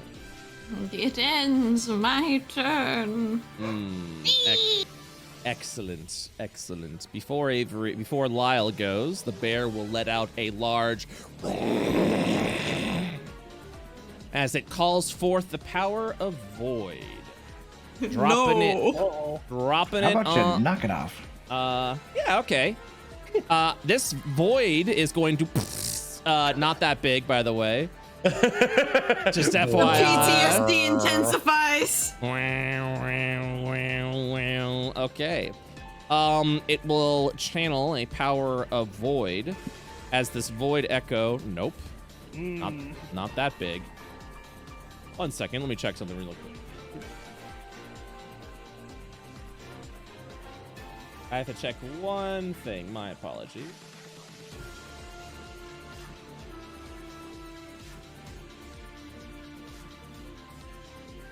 Yes, okay, that is how it works. Okay, cool. So, one moment.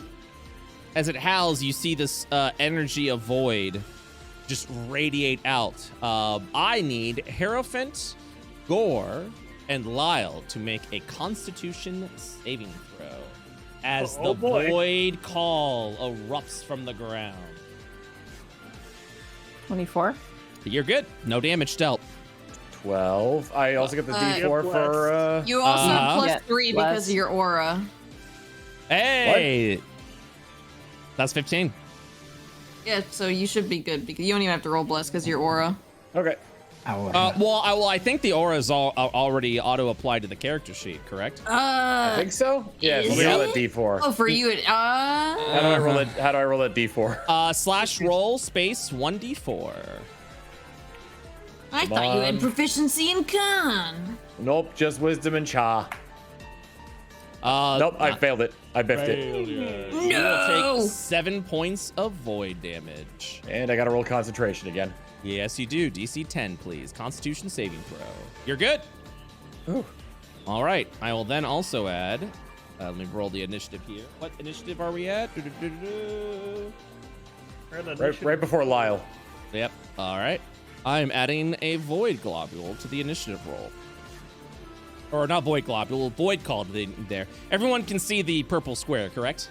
Yes. Yeah. Yes. Excellent. Lyle, it's now your turn as surging void is now circling around this area. Oh boy, I don't like that too much. That ain't great. Definitely. That ain't good! I don't like this grape taste. Does the void call have HP? Nope. Cool. Cool, dude. Real cool, man. You know what? I think it might be good for me to try and restrict the bear's movement a little. But it would require me to drop concentration on Shield of Faith if Tom's okay with that. Yeah, go for it. I've got +2 from haste as well. All right. Well, first of all, I'm going to use my bonus action to scan. Hell yeah. What would you like to learn? I would like to identify Tauntable. All right. A new mechanic is introduced. As a bonus action, you may taunt the Void Bear, gaining the taunted status. You keep the status until the end of your next round. If another creature taunts, you lose the taunted status. Typically, what taunted means is certain attacks will be directed towards you as the main focus if it's able to attack you, allowing you to, quite literally, tank the creature.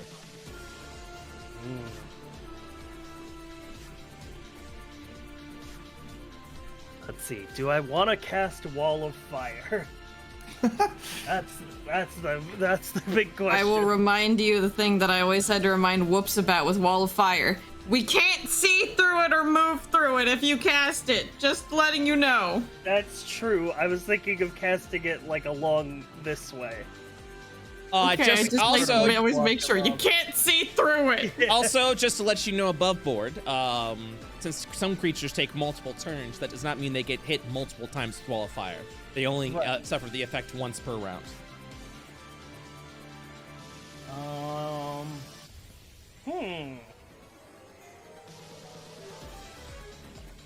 You know what? I'm gonna call in my dad. What? I'm calling in my dad. I cast Guardian of Faith. A large spectral guardian appears and hovers in unoccupied space. Hello, Papa. Hello, Papa. What the fuck? All right. So, how large would you like this thing? It's that large. Okay. Large spectral guardian appears, hovering towards the duration as this armored, radiant thing will right over there. Cool. Yeah. Any creature that moves to a space within 10 feet of the guardian for the first time a turn must succeed a dex save, or the creature takes 20 radiant damage or half on a successful one. It vanishes when it's dealt a total of 60. Okay. Do I make the save right now? I think it's hostile to you that moves to a space within 10 feet of the guardian for the first time on a turn must succeed. Okay, so I think it's like of that turn exactly. So. Yeah. Okay. So you make it like on your turn, I think. Okay. Sounds good. Yeah. Which also means Shield of Faith is gone because I'm concentrating on the guardian. Your AC is down. That's my turn. Yep. That's your turn? Beautiful. Looks like Reflect ended. Lyle, please make a Constitution saving throw as you are still standing in the Void Call. Yup. I mean, I figured it was better than taking an opportunity attack. Let's see if I'm right. Paladin Aura saves you. Oh wait, Paladin Aura. That's true. I get that +3. Okay. Makes it a 15. Yeah, hold on 1 second. What the fuck? Oh yeah. Oh, whose Paladin aura is saving people? It's not. That should be Gore. Me and Gore both have a +3. Ah, got you. As it spreads across those that don't have it. I understand.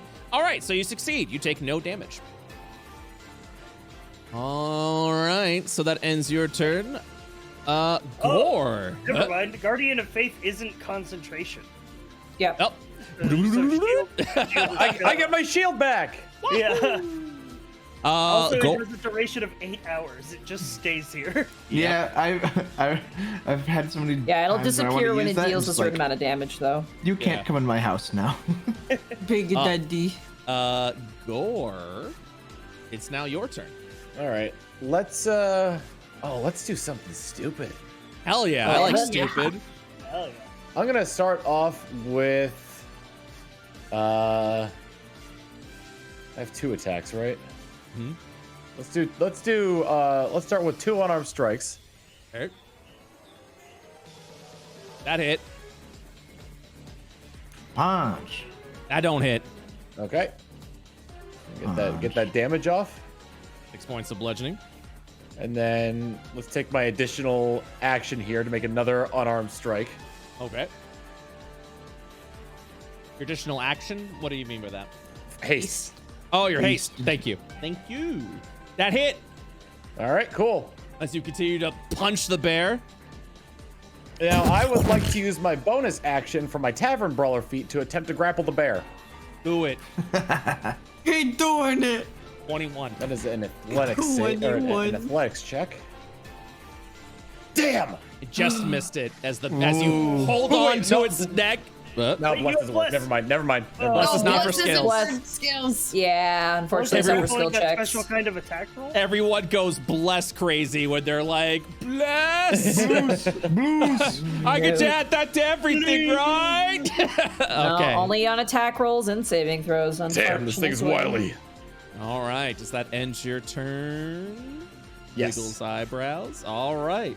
You have kept your turn into the void call. Please make a Constitution saving throw. Okay. Up, you're good. The Burple Goo bad guys. As you stand and continue just punch.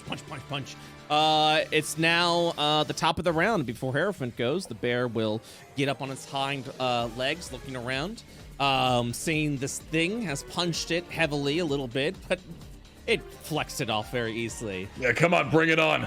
This one, however, as it turns over to it, inflicting so much freaking damage, is going to go in with a Void Claw attack. Oh, no, wait! 17 to hit. It's a miss. Okay. By the way, as it turns over to Void Claw, I will also like to show you a lovely little thing that happens. Void energy will rupture here, and here. That's a cone. That's a cone. It's a cone, dude. Cone attack. All right. Dude, who gave the bear a cone attack? Okay. And that's it, Hierophant. It's now your turn. My turn? Yep. All right, I'm going to cast Cure Wounds at 3rd level on my good friend Avery here. Okay. Save the boy. Mama. Please. I imagine Abby would be offended by that remark. Oh, very much God, so. terrible. I rolled 2 1s and a 3. Actually bad. But it does activate one of my special abilities, which is Voice of Authority. Go to your room. So if I cast a spell with a spell slot of 1st level or higher, and I target an ally with that ally can use their reaction immediately after the spell to make one weapon attack against a creature of my choice. Okay. So I'm gonna choose the Void Bear, and Avery, since you're the only person I targeted, it's only you. I hit the bear. That hits. I hit the bear. Bear slap.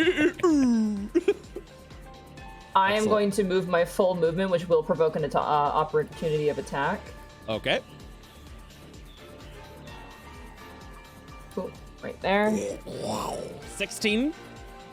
16 misses. It misses as the claw slashes down with void energy. Hey, would you like to also see something fun? Let me go ahead. As the void attack goes off,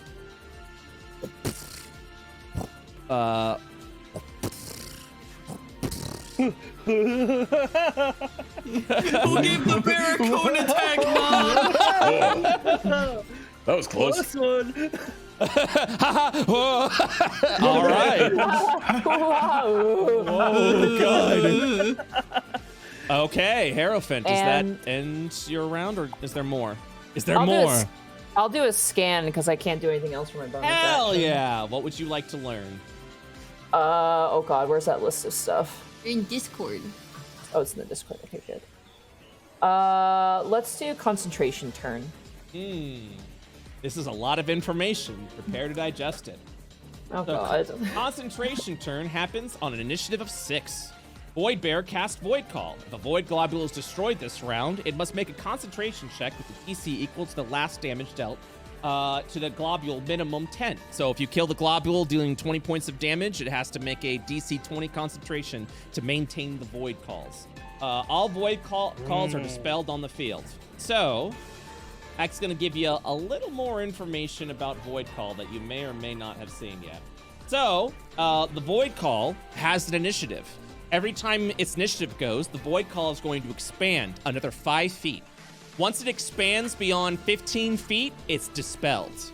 If a Void Call is dispelled, a Void Cross at the center of the globule will go off in a 60-foot by 60-foot line, like a cross line. So it's 5 I'm doing foot these wide. fucking void crosses again. Hell yeah, it's Void, baby. You mean like this?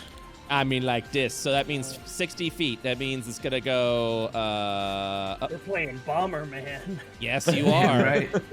Damn right. It'll be, let's see, so it'll be 5, 10, 15, 20, 25, 30. 5, 10, 15, 20, 25, 30. And then, yes, it'll go off like that, and then you'll get hit with a separate weapon of Void Cross if you hit while it's dispelled.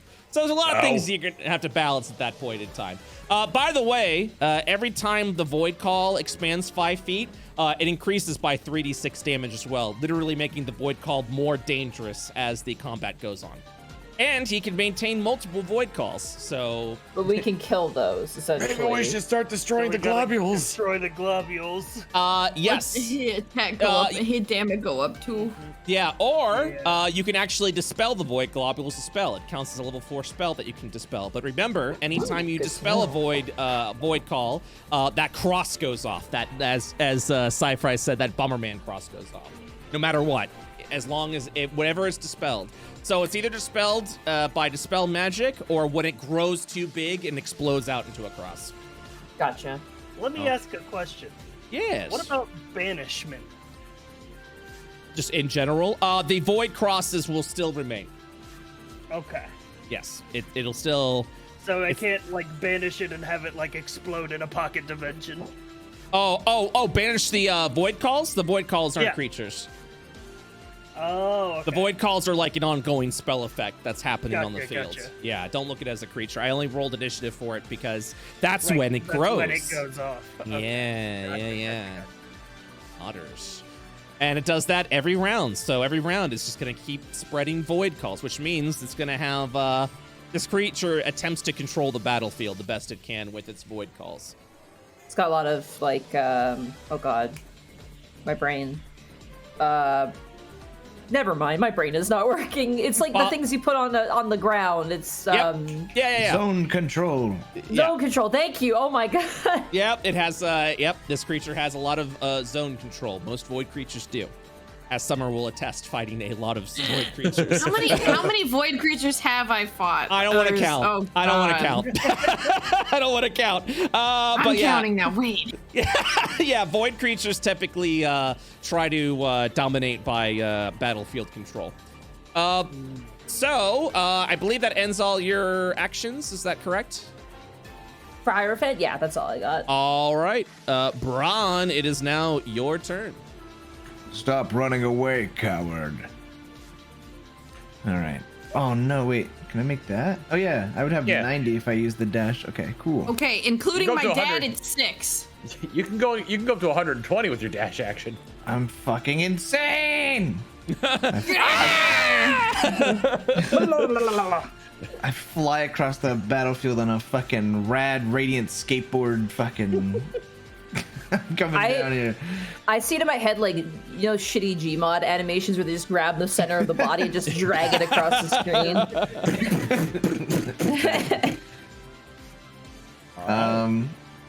Let's see. I will Abby claps while Bronn scats. He's like running away. Yeah, actually, okay, no. I will not use my bonus action until I hit this guy. I still have advantage. Let's see. Oh, that's a crit. Oh my god. God. That's a crit. That's a double crit. That's a double crit. Double crit. That's a double crit. Let's fucking go. Let's fucking go. All right. And you can't smite on both because it's a spell thing. You can. Oh, absolutely can. Absolutely The can. only limit is the number of spell slots you Dude, have. paladins are crit fishers. This is our job. Yep. All right. Which means you can double crit smite. Yes. Big unfortunate. I've used all my 3rd level slots with one of the smite, but so one will be 3, one will be 2. Hey, that's all right. That's still good damage. Sheesh. Shit. Here we go. All right. So that's 23 plus 7. That's 30 points of damage. Let's go ahead and see that crit. That 8. Oh, that's 4. Wait. 4D. What's smite? 88. It's 8, right? Yeah. So that's a 8d8 for the first smite. 41 points of damage. Good God. Let's fucking go. Second attack. And this smite will be a 68. That's 21. 31 points of damage. And you'll be doing 68 with this one. All right. After this attack, number. So as Bronn, as valiant as always, charges forth into the battlefield with a radiant slash that of Div touched, the void begins to almost wither away, hiding within the carcass of this bear. As the bear lets out a ferocious roar, it seems to be more active now with its actions. What does that mean? Dude, the campaign knew it was named after him. Yeah. The RNG knew this was his campaign. Yeah. Okay. Bronn, Wow. now what would you like to... I believe that is your action and your move, right? Yeah, because I was gonna do a bonus action smite, but then I crit, so. I don't think you smite with bonus action unless there's something else that you're talking about. There's a separate spell like Searing Smite. Yeah. Oh, I Yeah. see. I see what you're saying. Yeah. I The see. casting is a bonus action if you for want a that, but you different you thing. can't activate it until your next weapon attack. Then I'll probably just scan. What would you like to learn? I'm finna scan. I want to see what this bad boy. Wait, can I learn what you meant by more active? I'll allow it. Do you want to scan its phase turn? Oh, yeah. All right. So, phase turn goes on initiative of 1. If the void bear is at half of its health, it may take another action turn, move turn, or create a void call. So on initiative of 1, it gets to do one of its turns again. Gotcha. I will now add Now phase we know turn that it's to at the half initiative. health. You have also now learned 3 things about the creature, which means you can now scan for meta information. This includes things like hit points, AC, speed, etc., etc. All right, I believe that ends your turn, Bronn. I think we learned that this bear's speed is just yes. Yes.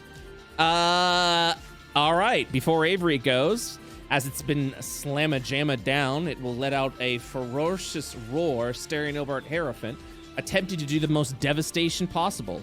It will charge through, leaving a bunch of threatened spaces. Keep in mind that if you do attempt an opportunity of attack here, it will be at disadvantage. I'll Yeah, take fuck that it. bet. It's a straight roll. Might as well. Yep. 22 hits. No. Oh no! Can't get blown to that. Crit. Don't forget Yeah, if you fail. bless. Critical misses are auto fails always in this one. That's how I roll. I was gonna say, Avery, you have I have to roll it. Angor as well. I hit. Oh, Avery already hit. Gore, that's a 13, which would be a miss. Let's roll a get even if you D4. roll a 4. All right. And Lyle, that's a 14, which is also a miss. 16 does not hit this creature. Damn. That is 15 damage for me then. 15 damage. All right. And then once again, as it thrashes through everyone, it leaves from a 5-foot space. It will slash. Everyone gets hit with the void thrash. So here we go. We're going to start with Bronn. 28 to hit for Bronn. It will hit me. Dealing 13 points of damage. If you want to reflect that on your character sheet. Minus 13. Waboosh. Avery. 20 to hit. Miss. All right. Gore. 26 to hit. Yep, that hits. Yep. 23 points of damage to Gore. You? I believe I Constitution saving- maintain. Yeah. Oh, yeah. You do. Yeah. Concentration checks all around. Yep. You're good. You're good. I am impeccable. Lyle, 21 to hit. That hits. All right. Dealing 19 points of damage to Lyle. Okay. Now, And the bear takes 20 damage from finally, the guardian, right? the thrash. It's moving out. It didn't enter. Oh, okay. Yeah. Oh, so- add the 15 HP back to it, by the way. I already used my reaction when the Hierophant had me hit. That's right, yeah. Now move like out of the void behind the guardian, and if it moves back, then it'll take the guardian damage. 18 to Hierophant. The Hierophant. No. All This right. is- All right. It's now. Can I do like a Toro thing with like my arm because it's kind of cloth and just be like Absolutely. It'll like charge past you and then just circle back around over to you as it like dashes around trying to get back to its battlefield superiority. All right, Avery, it's now your turn.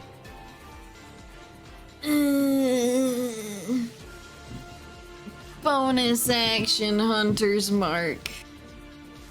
The bear. The bear. Yeah. It is marked. I'm gonna go hit his gobby glue glob. Okay. I'm gonna move right here though. I'm gonna hit the gobby glue glob. All right, 30 hit points. Ja. That hits. Yeah. Dealing 11 points of piercing, dealing 5 points of damage. It's currently I at hit- 14 health. Actually, I'll go ahead and also show you. All right. Do you have another attack? Yes, I hit the gobby glue glob again. All right, let's see it. That hits. Dealing 9 points of piercing and 4 points of damage. 1 out of 30. Somebody tap the gobby goop gob. Gobble goop gob goop gobble. Somebody just tap it. You just gotta poke it with your finger. get the gobby goop gob. I am my turn. All right. Get a nice fingernail stab going. So a couple of things are going to happen this round. First and foremost, this is going to expand. I need Bronn to make a Constitution saving throw. That's why I ran the fuck away. You succeed. Yeah, right. And then it's going to. I'm trying to see. I can't hit multiple people.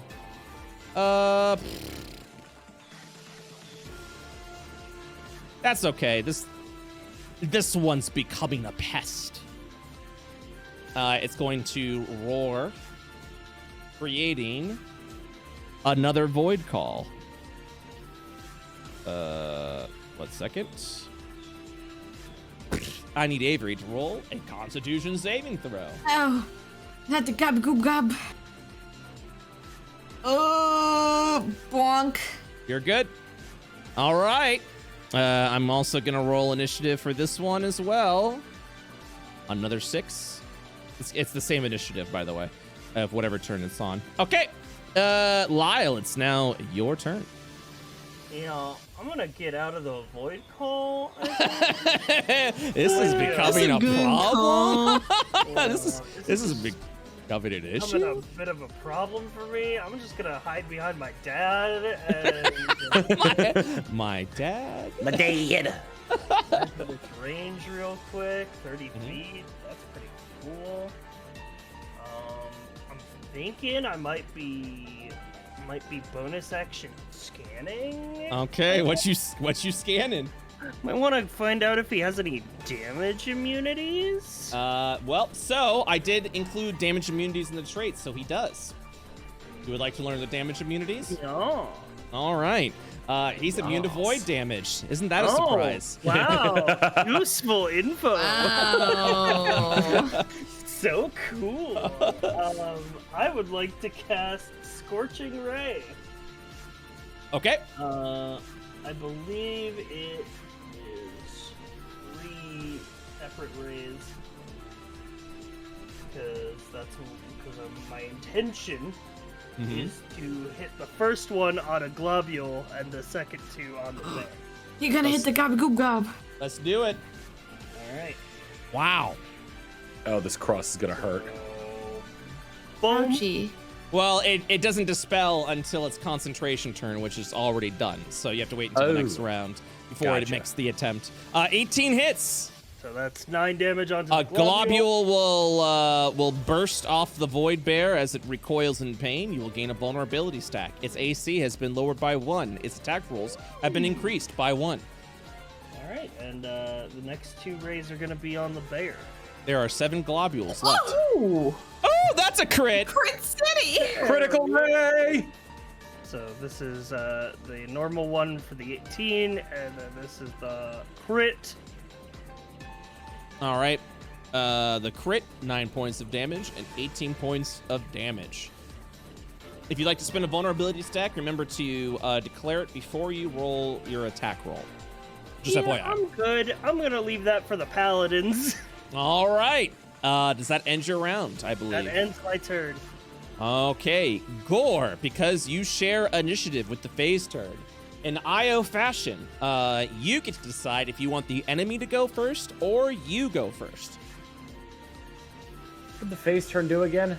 It gets to repeat one of its turns, so it can do a concentration turn. It can create another void call. It can move charge, or it can attack with the claw. You don't know what it's gonna do in its phase turn. Essentially, I'm gonna take my turn first. Okay. Because given my track record, there's a good chance I won't be standing after his next turn. Punch the bear. punch bear. So I'm gonna move. Let me just make sure I'm measuring this properly. Okay. I'm going to move here with 20 feet of my movement. Okay. And let's just lay into him. Okay. That hits. All right. I'll roll both the attacks first. That hits. Okay. 7 and 5. And then at this point, I want to use a bonus action from the tavern brawler thing to try to grapple him again. All right. It rolled a 16. It meets. So with meeting, I have you both parties reroll. Okay. Also, I would recommend you moving up 1 space so you don't get hit by the cross when this thing goes off. Oh, I plan on using I plan on using the rest of my movement to drag him back toward the guardian. Ah, okay. I just want to make sure you don't get hit in the cross. I love you, man. All right. I rolled a 14. Do it. Ah, damn. I'll use the rest of my movement to bump up 1. Oh no. You know what? I still have a hasted action, so I'm gonna attack. I'm gonna punch him 1 more time. Yeah, do it. That misses. Wait, Bless. bless. Bless. Oh, bless. Yeah. Well, it lost an AC, so no matter what I roll, it's gonna hit, right?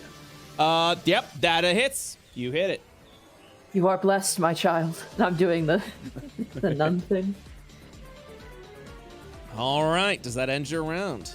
Yep, that's all I can do. All right. Let me just real quick. It's gonna take its. I had to resort. It's taking its phase turn to redo its move turn, which means it's going to get up on its hind legs, start thrashing all around, and charge over to Bronn. So that'll be 4 attacks, provoking attacks of opportunity for anyone that still has their reaction. I'm gonna hit him with a stick. Okay, you suffer a disadvantage this attack. Mine's back. I hit him. I punch him. I punch him. I punch him. I punch him. 18 hits. Wait, does that? I forget. Do all my attacks get Hunter's Mark?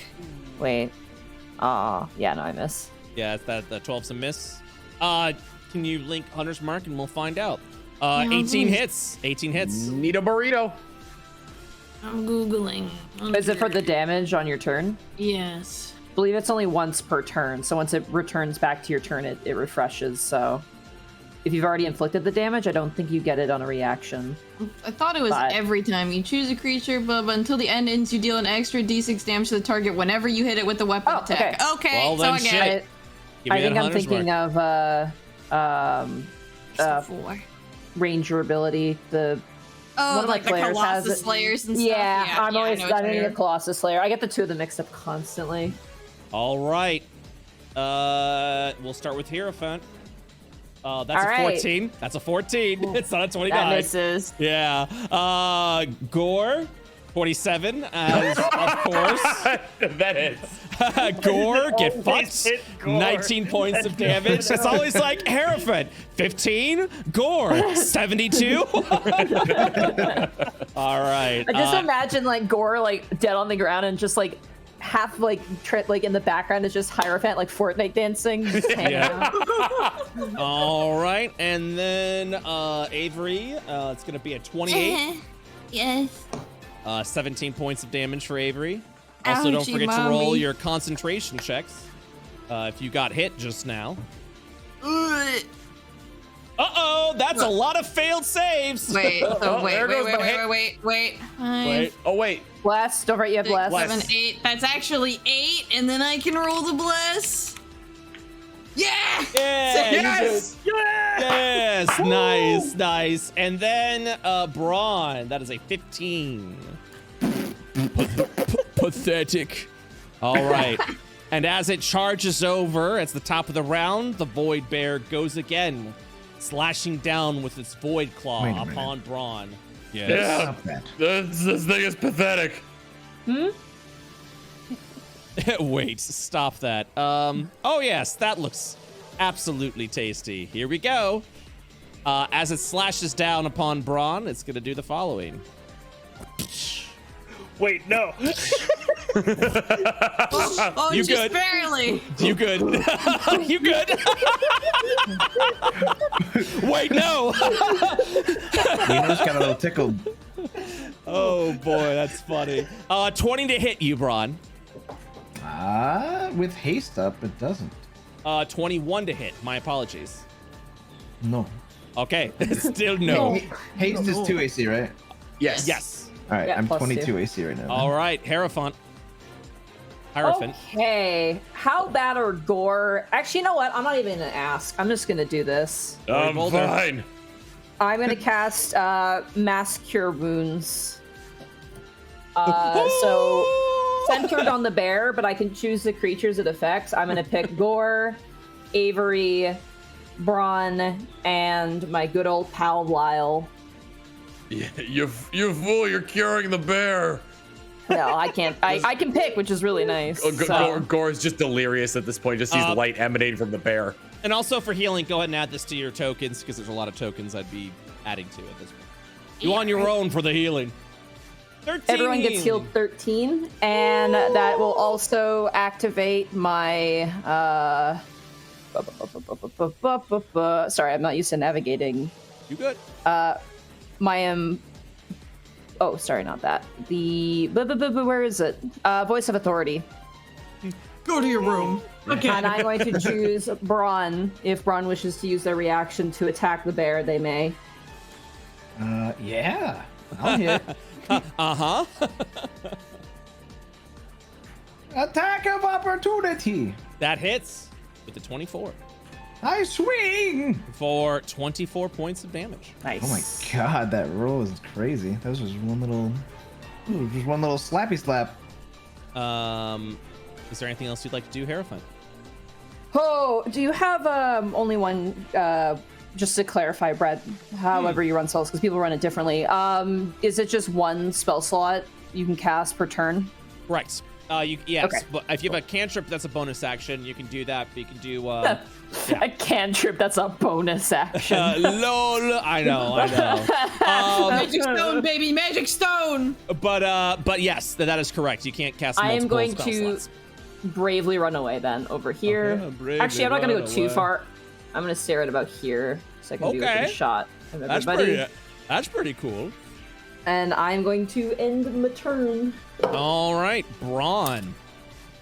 What you got? Hello. Hey, yo, Bronn, use that vulnerability stack, baby. Yeah, should I? Yeah, baby. All right, baby. I'm gonna move a step to the left. Okay. Yeah, fuck it, man. I'm gonna start swinging my triple hits. Do I have to declare? Vulnerability which one? stack before the attack. That is correct. Okay. I'm gonna do it on the second one. Okay. I'm feeling good about middle attack. Okay, let's see what you got. First one. That hits. Second one with using the vulnerability. That Ow. hits. That hits. I wanted a crit, Brad. I know. I know you did. I was going to say, number here 3. comes the crit. All right, fuck it. So your second one's going to be doubled. That's 15 points of damage there. Number 1. Or Number 2. That's With 40 smite. points of damage. I smite. And you smite, which is also amplified by the vulnerability stack. Let's see it. 48. 48? 48, and I double it. No, it'd be. Oh, it's 3 because d8. I'm out. I'm sorry. Yeah. Yeah, 3d8 So and I double it. 68 total, right? No, 3d8 and then I double it. Okay. Yes. 28 points of damage. And number 3 hit. All right. The bear is heaving, but the void parasite that hosts it will continue to push it to its last breath. I will break you. And yeah, that ends your turn. I think I'm comfy where I'm at. I will do my scan for its HP. Okay. Hey, let's have some laughs. Here we go. And the hit points are as follows. Bring. Wow. I'm coming. Where? It's on its It's that green bar. The green bar. Oh. Yep. I was like looking at the chat box and I'm like, I don't see it. Yeah. Yeah, it's the green bar is its hit points. 23 out of 521 health. All right. That ends your turn, Bronn. Notter's clap. In an absolute aggressive move, it's going to thrash around, charging at Hierophant. What the fuck, man? I'm just a robot. He doesn't like my Fortnite dancing. All right. This provokes.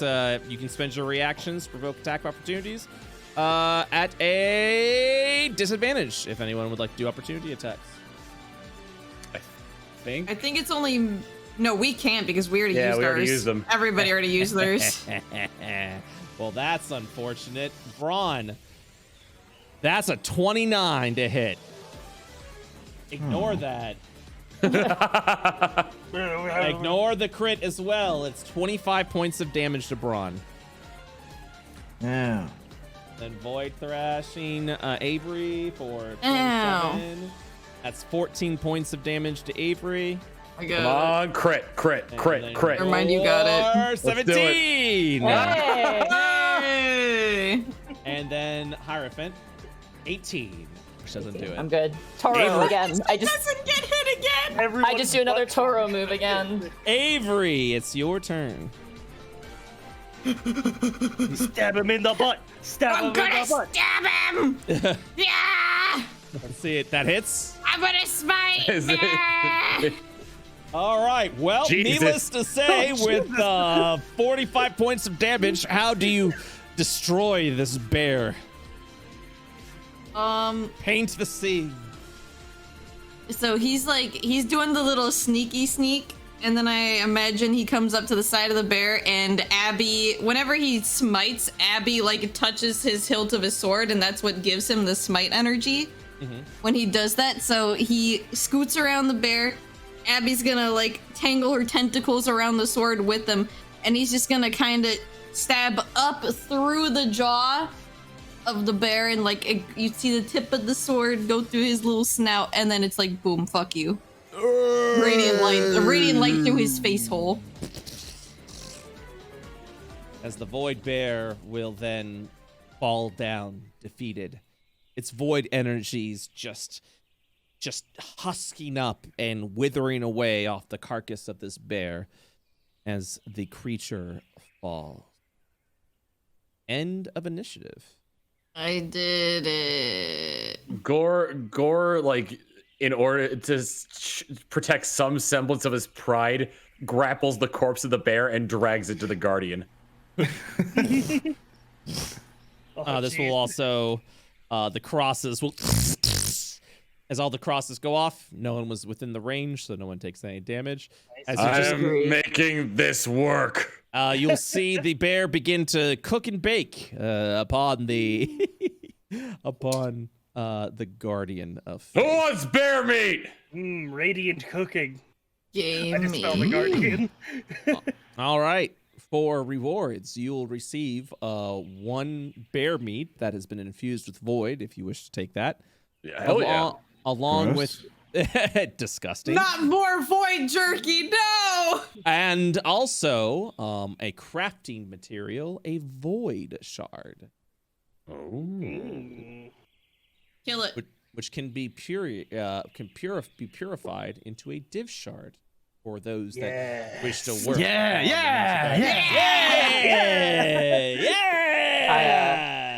Avery, your kill, your loot. As I walk towards the rest of the group, I put a big hand on Avery's shoulder and I go, I am proud of you. Good job. Oh, He I meant to audibly ask this makes a- way earlier. Oh. Oh, go ahead. I was gonna say he audibly makes a sound. That's it. Brett, do we know of anyone or have anyone in our party that, all these magical things that we can craft with? Do we have someone that does that, or do we do that, or do we know someone that does it? So, because we have so many freaking blacksmiths, I will allow you, if you have proficiency with those tools, the forging tools, to either choose your level up in blacksmith, which will give you a half proficiency when you're creating weapons and armor, or a level up in mage right, which allows you to create for magic items. It also allows you to enchant weapons and armor, enhancing it even further. So, who were the ones with the forge tools? I was one. I was one. All right. Hierophant, do you want to make magic items, or do you want to forge weapons and armor? What do you think, Summer? Do you want to take more of the base kind of blacksmith stuff and I take over the magical stuff? I am more of a castery type. I'll take over the actual regular weapon stuff, because that's what my class literally does. Next level, I'll just be able to make a rapier out of thin air, essentially. Nice. Fair enough. Yeah, I just wanted to ask just in case. But all right, yeah, I'll do that then. All right, mage. So you'll gain the level up in mage right. That puts you at level 2, which gives you half proficiency whenever you're making magic items. Half proficiency will be the checks. Avery, the same thing with blacksmith. Also, there will be a list of traits that you guys can choose from that I'll actually give you a list of once you get acquainted with how blacksmithing and magic art and creation work. Who will be taking the void shard? Maybe the not living person, if you guys want me to take it. Yeah, that's true. But also, what if it turns you into a void bot? You could always just have Abby hold on to it. She literally absorbs void. That's as worst case scenario, Abby just explodes. And the shard is gone. Void. All right, so Avery's gonna hold the void shard. Yeah. Will you be harvesting the bear carcass, which has been infused with void energy? Void jerky. We hunted this thing down. We're taking the meat. You are uncertain if it will actually provide a positive or negative benefit to you. I would say I would take any attempt to use sort of like light cleric magic to sort of consecrate it. Give me a religion check. All right. Anybody want to fucking aid me? I will help. I will Slap help his you. ass. All right. Give me that guidance. Give me that help. I'll give him a big dad nod of approval. I'll do the help action. I'll just All slap right. his butt. Roll on advantage. That's a crit. Nice. Holy meat, baby. As you conjure the light magics within your hand, the radiance is with you. Div God, is we are on with you. fire today. As you just see the remnants of the corpse of this bear, the void burning away from its inside, as it completely is removed off the corpse of this bear, you safely believe that you can now harvest it as normal bear meat with no void side effects. The sort of visual I would Please. like to have is like as the sort of guardian of faith is dissipating, I like sort of move that sort of energy over it and just like wash it over like a wave of radiance. All right. So, behold, because of this, I will actually grant you hunting experience as if you hunted this bear. Nice. The bear was level 6. It's a level 6 shit. creature, which means you get 6 experience points to your hunting. Let's go. Dang! We just look over and Lyle is just wearing a ghillie suit and has like a machete. I know everything there is about hunting. When you cook bear meat, the next day until dawn, you gain a +1 bonus to your strength. Oh shit!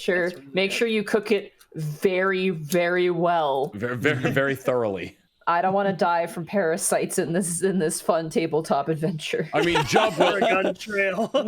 Listen, job well done purifying it, but come on, was that really necessary? It's just a little void. It's fine. We got light. We can take care of it. No just amount look of over- void is fine. I look over towards Gore and I go, There is a human saying amongst your kind, you are what you eat. Otters. I like point at point over at Hierophant, and I'm just like, well, they got a point. I kind of like raise my hands in front of me, like in like to concede the fact and just be like, good point.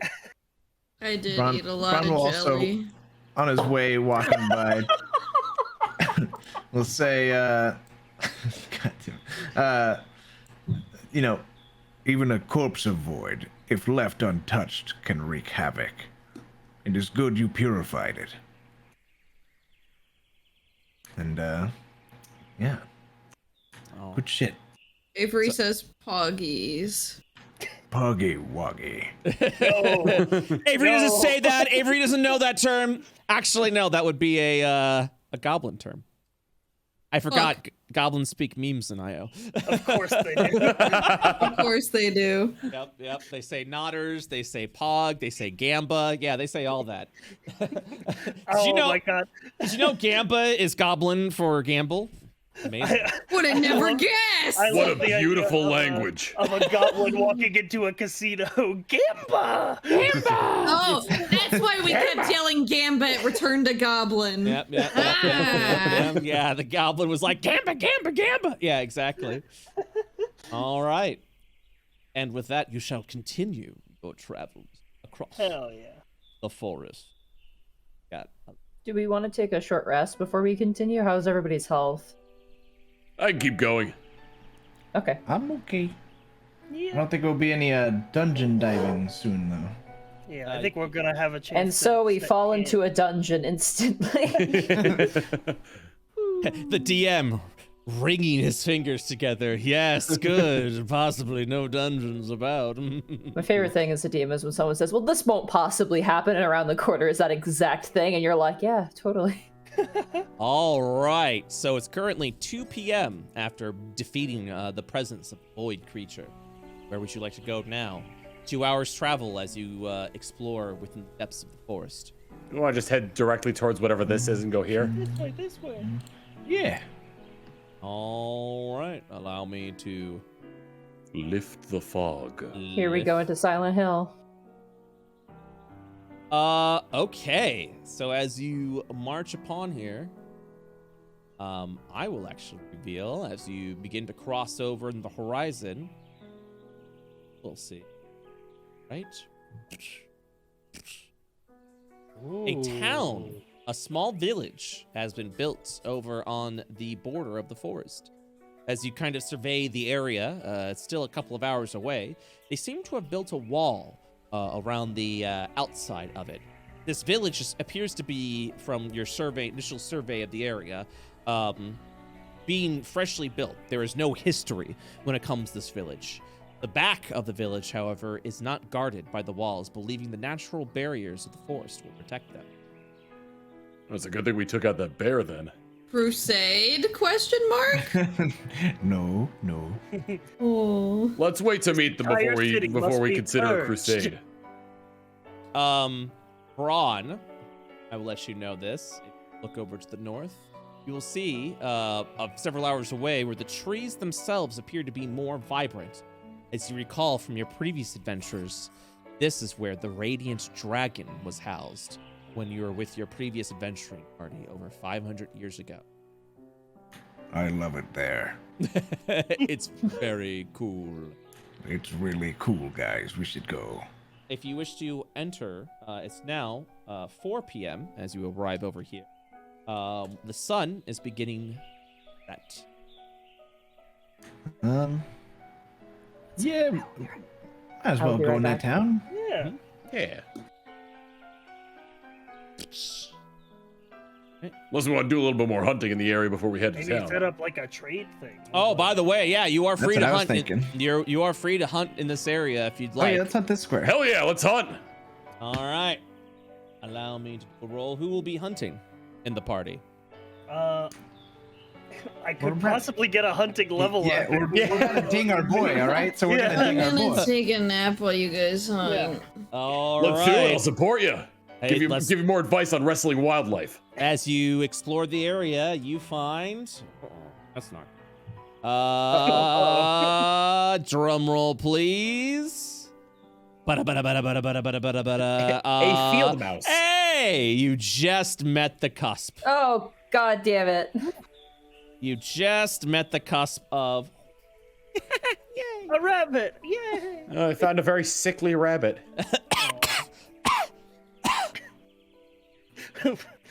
I just go. Oh over, I no, pick the our up. rabbit! Look at him, he's adorable. It's dying! Go ahead and give me a hunting check. Ability score of your choice.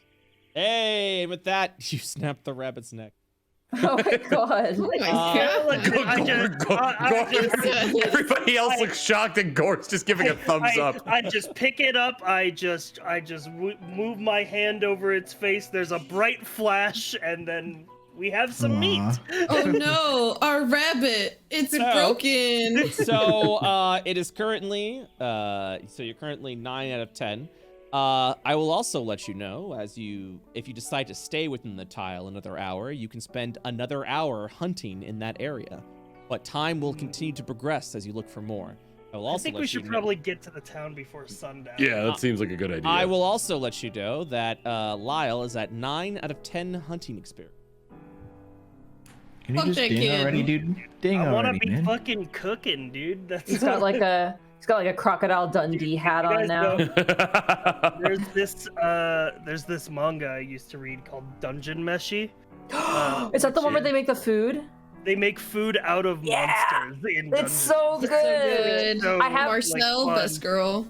My friend sent me the first book when I was recovering from a surgery, and it was so good. There's It's a so a good. dwarf who uses his like ornate metal shield as like a wok for making stir fry.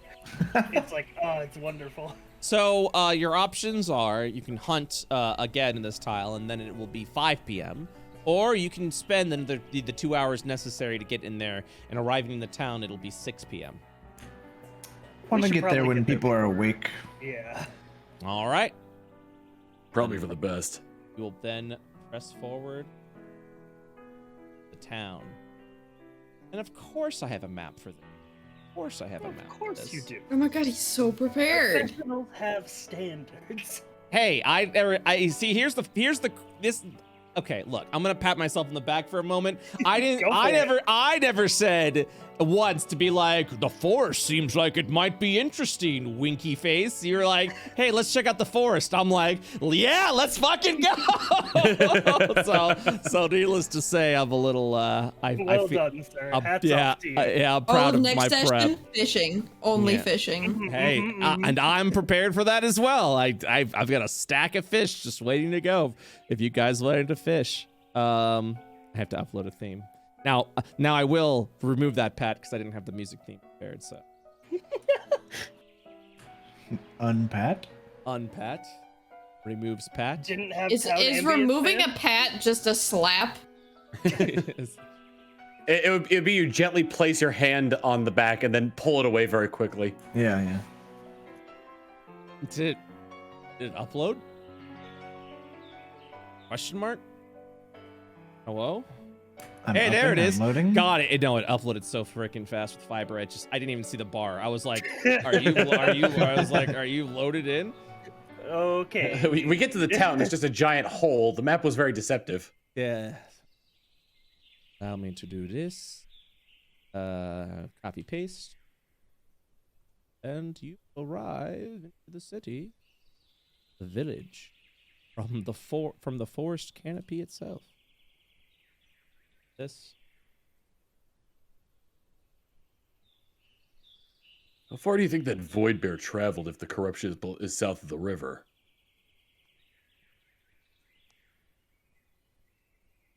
You know, I don't know if. Huh. Do you think it would have traveled across the river? Life finds a way. I don't know. Good question. Perhaps It is the a good north- question indeed. We should be wary. I'm proud of you. Bronn?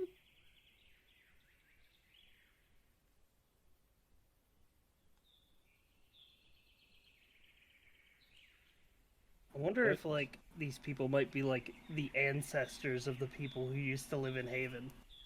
Real quick, did I get the hunting experience too, or is that just Sai? Sai just gets it. So Sai gets it. Okay. You assist, but you will not get the experience. Oh, I meant from the Void Bear.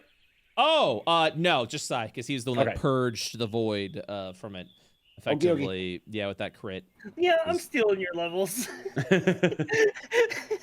Okay, we'll don't ding you worry. next. We'll ding you Don't worry. Don't worry. Gore will still give advice on hunting, even though he's just talking about wrestling the wildlife. You gotta really get it in the chokehold. All right, so you'll actually be arriving into the village from the forest itself. And as you cross over to the forest, how would you approach the village itself? Are you just gonna walk through? Entering the village, you actually see it's currently still in the midst of construction with an old crane over there currently. How would you enter the village? Like a fucking badass party. So you're strolling in. I wish I had prestidigitation, man. I'm putting effort in to make us like look non-threatening. All right. I have experience entering towns illegally. We just need to avoid the local guard. I'm a child. We're certainly Nobody's gonna not. say anything to me. We're certainly I am not sorry, threatening. Gore. Could you elaborate? Listen, the local town. You know what? Never mind. We have nothing to fear. Our intentions are pure. Right. Oh God, sorry. The past life. Sorry. I'll approach in charge looking people, maybe town guard or building of importance. Yeah, as you walk in, feel free to move your token wherever. And I'll kind of respond with how you're there. You begin to walk over into the base, like this makeshift foundation that's being formed. And as you enter, walking through, people will turn over to your presence and begin to step back, almost fearful. Guard will slowly step forward, but the people themselves visibly look shaken by your presence. I'll raise a hand of like, hello, and how do you do? And they turn around to the wall and they see you just kind of walking through the forest at this point. The guard will step forward. Where do you hail from? From all over, friend. I am Bronn of the Faithful. They'll turn over, looking at everyone. People still looking apprehensive. And the guard will look over at you, his face grimacing. Are you in allegiance with the kingdom of New Alabaster? We are not. But we are also not opposed. We have no. What is it? What is the Quarrel? word? I will, Ill intentions. I will sort of raise up my staff and say, "We are an independent envoy from the kingdom of Lenduin. We mean you no harm." They turn over.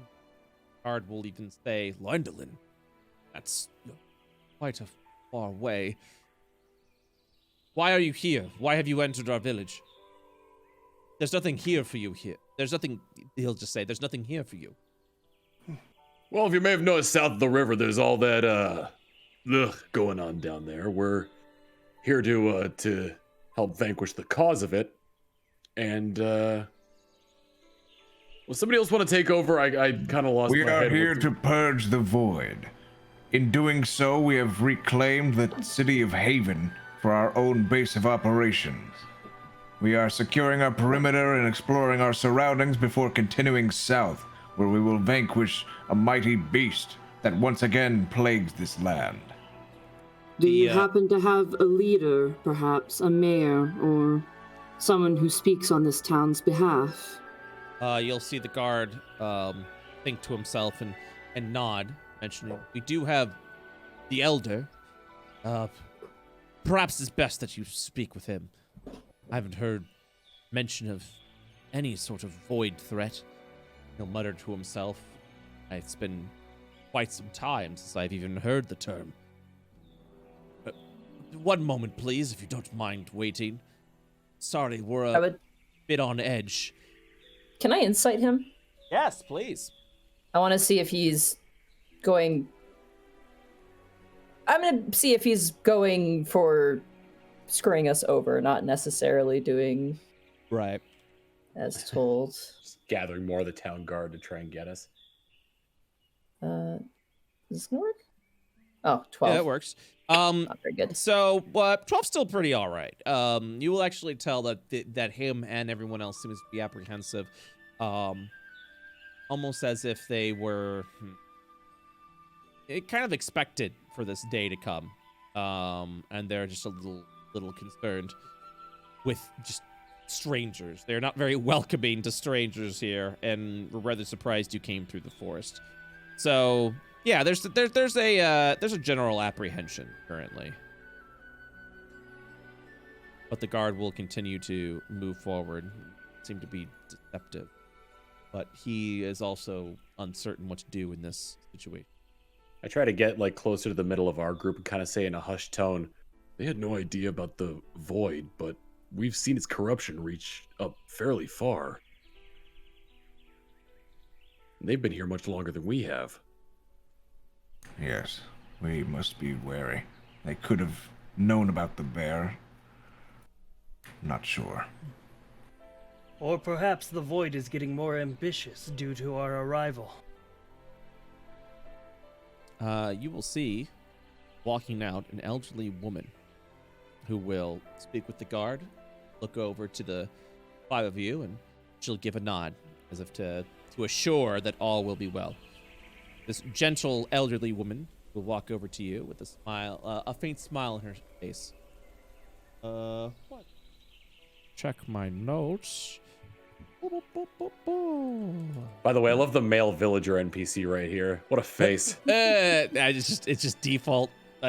Default faces. Incredible. Default faces. He looks like Buzz Lightyear and Gaston had a weird baby. Sorry, I'm looking really quick. Perfect. I like that. All right. She will smile. Then she goes, sorry. Yes. Greetings, travelers, and welcome to the village of Penketh. I am Lozu. And you are? Hail, I am Bronn of the Faithful, and this is my companions. and sort of push them towards her. Say something. Could you I will type out that village name, Brett? Sorry. Oh yeah, sure. Sorry, I usually use an add-on. It's not working, so I'm moving a little slow when it comes to. I put it in the Roll20 chat. Penkirth. Thank you. Mm-hmm. She will. I'll introduce myself. And I'll say, my name is Lyle Carbine. I'm a cleric with the faithful. We come from the kingdom of Lenduin. He nods and says, "Faithful clerics. What belief system have you established? Or are you more attuned with the astral?" We worship Div, or what's left of them. Div's radiance guides us. Lozu will give a faint smile and say, "Div? Huh. I must admit, it's been quite a while since I've even heard that term. Also, the guard mentioned something of a void presence. Is that correct?" Indeed. Just in your very forest to the west, we slew a bear infected with its taint. I'll step forward and hold out our map of the area. Sort of like signal where the various things are. You might want to finish that back wall that leads into the forest. Assumed it would have been more of a natural barrier. I must apologize. We've only been building this village for the better part of a year now. We figured the best way to protect ourselves was to build the front wall first, and hope the natural barrier will protect us while we finish the rest of the wall and the village. You came from the south. A mention of a town of Haven, is that correct? Indeed. And is it currently a community of some sort? I'm not familiar with the name. We haven't had a chance to explore the area. It is a ruin. Nothing left. So We've occupied it for the time being, and we are attempting to rebuild what we can. So, from my understanding, you're here to remove some sort of void influence. Is that correct? As best we can. Looks down. Says, "Div, you're priests of Div." Indeed. I want to insight again. Yes. He's very, very attached to that, which makes somewhat sense, but is it like a, oh, Div, cool, or like, oh, Div? Yes. You're trying to figure it out. Yeah, feel free to roll that insight check. Oh, 13. Come on, man. So with a 13, I will let you know that you can kind of see that she was guarded before, but then you mentioned that you are worshippers of Div, a very ancient god, and you'll actually see her guard lower a little bit, almost feeling a comfort from it. Okay. And she will kind of like release that sigh a little bit and state, my apologies for our apprehension and our guarded nature. We are currently outcasts of the kingdom that we were from. By what nature were you outcast? And she will look over and hesitate, and then just simply state, religious prosecution. Are you familiar with the kingdom of Alabaster, or rather New Alabaster? Above board, yes, above board, the kingdom of Alabaster, for your history, Bronn, the ruins of Alabaster is where you first faced off and slayed the Void Star. It has a very deep religious history because not only did the Star Slayer slay the Void Star in the ruins of Alabaster, but it was where the first of Div's Chosen and the Void Emissary faced off the first actual Div Void Wars in the beginnings of Io's history. Alabaster is absolutely rich in crusades, in religion, and it has recently resurfaced in the past 500 years under a new rule. You can actually roll a religion check to learn more of their affiliation just with religious beliefs, if you would. Perhaps something you may have read in some either books or knowledge or something that you've heard. Uh-oh. So yeah, you don't know any additional information. Not that it matters, as Lozu will continue to share. She will mention at the same time, my kingdom used to be deep with religious belief, but it is recently, well, I suppose the grand scheme of things has been outlawed because of its blood-soaked history, religious crusades, worshipping in otherworldly forces and gods have legal, and so we have left in the hopes to And pursue whom our do you own worship? beliefs. Well, I suppose we believe that there is a greater power out there, one that grants us a wealth of power through the arcane arts and divine arts, something beyond the astral. I mean, just look around you, look at the nature, look at how we've all been created. There must be something else. Just to my understanding, the scriptures say that the fallen heroes slayed the only gods that existed here of Io, of Div and Void. But I believe there must be something else out there, something that keeps our world spinning. I'd love to roll for convert. So if you are interested in converting, feel free to make a persuasion check. I have a child of Div on my back. I would like to do that as well. That presence you speak of, my friend, it is Div. That light from beyond. Her power still now reigns upon this land, and she is not dead, like the stories may claim.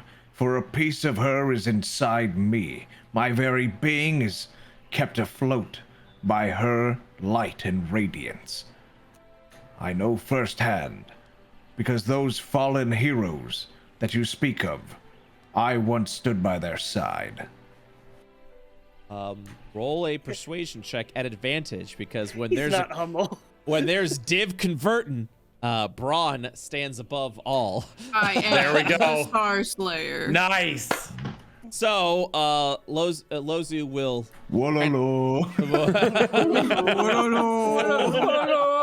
will kind of like blink a little bit. The story itself seems almost too grandiose to be true, and yet there you stand in some sort of dominant radiant light. Lozu will smirk a little bit and say, if you stand by the fallen heroes, that would make you well over 500 years old. A living Indeed. relic our Bronn is. And only by the grace of Div. She will look over to you, and she's definitely hooked. She's bewildered by this story, and yet you say it with such conviction that she is definitely curious to learn more. So, Have you any ill or wounded in your village? I mean, yes, we have many that are hurt during the construction, I suppose. But she kind of holds up her hand a little bit. So, if you were around when the gods were more present, what can you tell me about Div? We're all very curious of godly deities that may have been present once upon a time.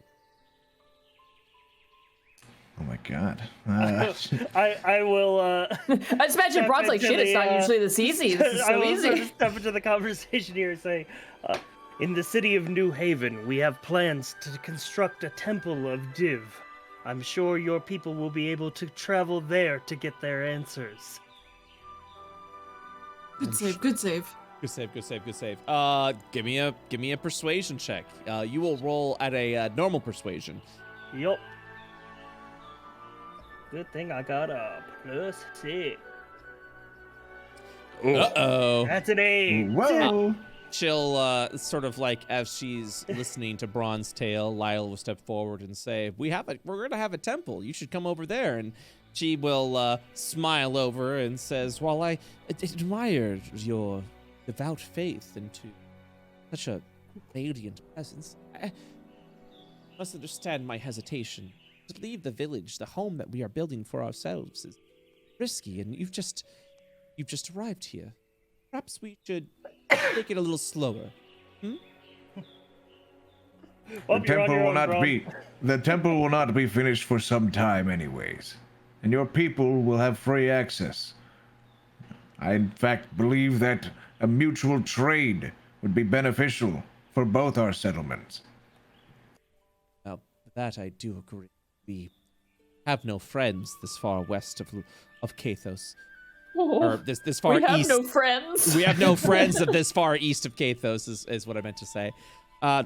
We are simply trying to build a life for each other, and I must admit there is a bit of relief in my soul that we have neighbors who seem to be kind.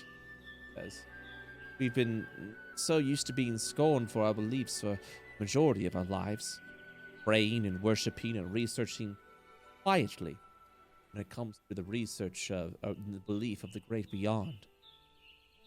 Indeed. And that is why I believe that you have found your answer. Clearly, Div has shown me the way here to show you that your belief was not forgotten, and that I am here now to show you her radiance. That creation from nothingness is possible through her light. Persuasion at advantage, please. Laying it out a little thick here. While you're right, I am. So an interesting thing is happening here as you continue to speak of your great belief, something that you believed in quite some time. You will actually begin to see a couple of people who have been curious of what's happening. Instead of trying to figure out what the heck is going on, they're beginning to approach a little closer. And they've gone from suspecting and trying to figure out if you're friend or foe, to more listening, a smile falling upon all their face. As you will, at that point, see Lozu smile a little bit, the radiant light almost basked upon her. And she will look over to you and say, have you seen death, grave injuries? I assume you're not squeamish. In my time, I've seen more than most. Perhaps more than any. She will, at that point in time, sigh a little bit, almost hesitantly, and she will lift up the dress that is adorned across her leg. As you will then begin to see that her foot and the lower end of her leg, underneath the knee, appears to be suffering of a severe leprosy. And you will see that she's been sort of limping at this point. Everyone around almost kind of like gasps a little bit in surprise. The guard will move forward. Hey, Elder Lozu, I didn't know. You've been so persistent and so helpful with the village. We would have given you the opportunity to rest. We apologize for pressing so. And Lozu will just kind of hold her hand up and said, there is a lot of work that we need to do. If we wish to give our society, our new civilization, freedom to live the lives that they want. This is a simple injury, a simple disease, and when it's my time to pass, it is my time. But I'll be damned if I will spend the rest of my days bedridden. However, I believe I may have received my answer. She will look over to Bronn at this. A wise and noble warrior. You seem to be in a great amount of belief, almost just a life-committing amount. If you have seen the set things that you've seen and done the things that you have done, and if you have this fragment of a god within you, what can you do for this? Pointing over at her necrotic leg. I'm gonna take a step back. Let Bronn handle this one. Go ahead, miracle worker. What would do the trick on this? Like, is it a check or a spell? Because I don't have all my spells prepared right now. Well, I mean, for the sake of story, let me go ahead and check something really quick for the spells that you may have actually. What spell slots would you have available? You've used all your third level spells, is that correct? I've used all my third. I have only a second left. I might not be able to myself. I might have to delegate this one.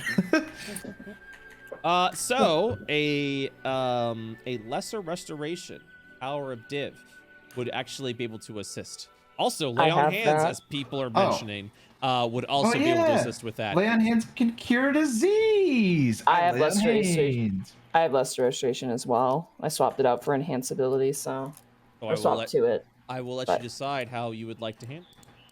Sweet. I didn't know Lay on Hands did that. You're dead.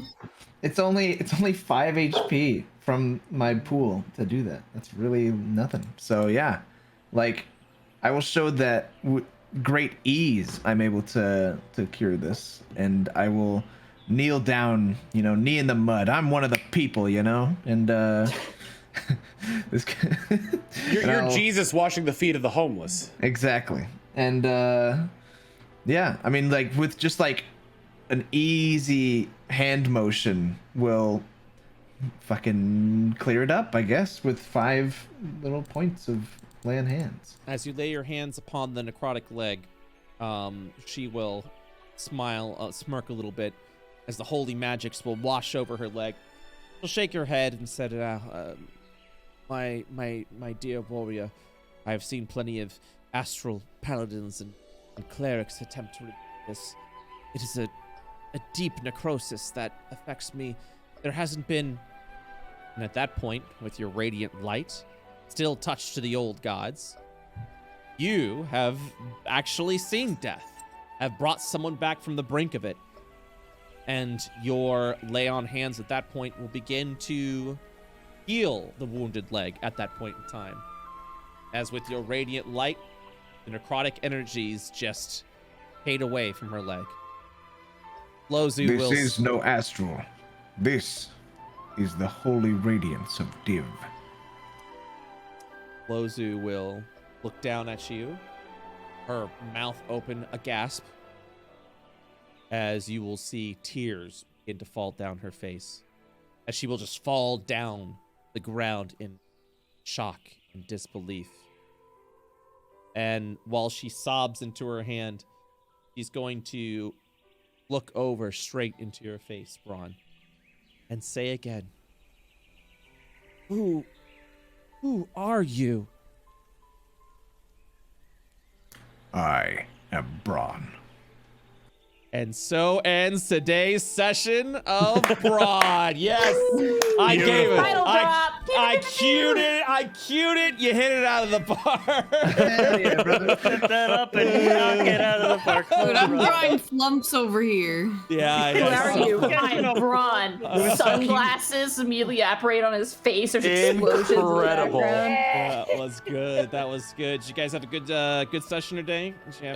I wish I would have rolled better on those grapples, but other than that, yeah. Dude, that was so tracked. 1 under on like multiple different rolls. That was crazy. Absolutely wild. I love brain on combat so much. Yeah, I don't know if I can ever go back, dude, to like regular plain D&D combat, because like having mechanics is so much. Is just like I rolled the attack. My turn over. I roll again.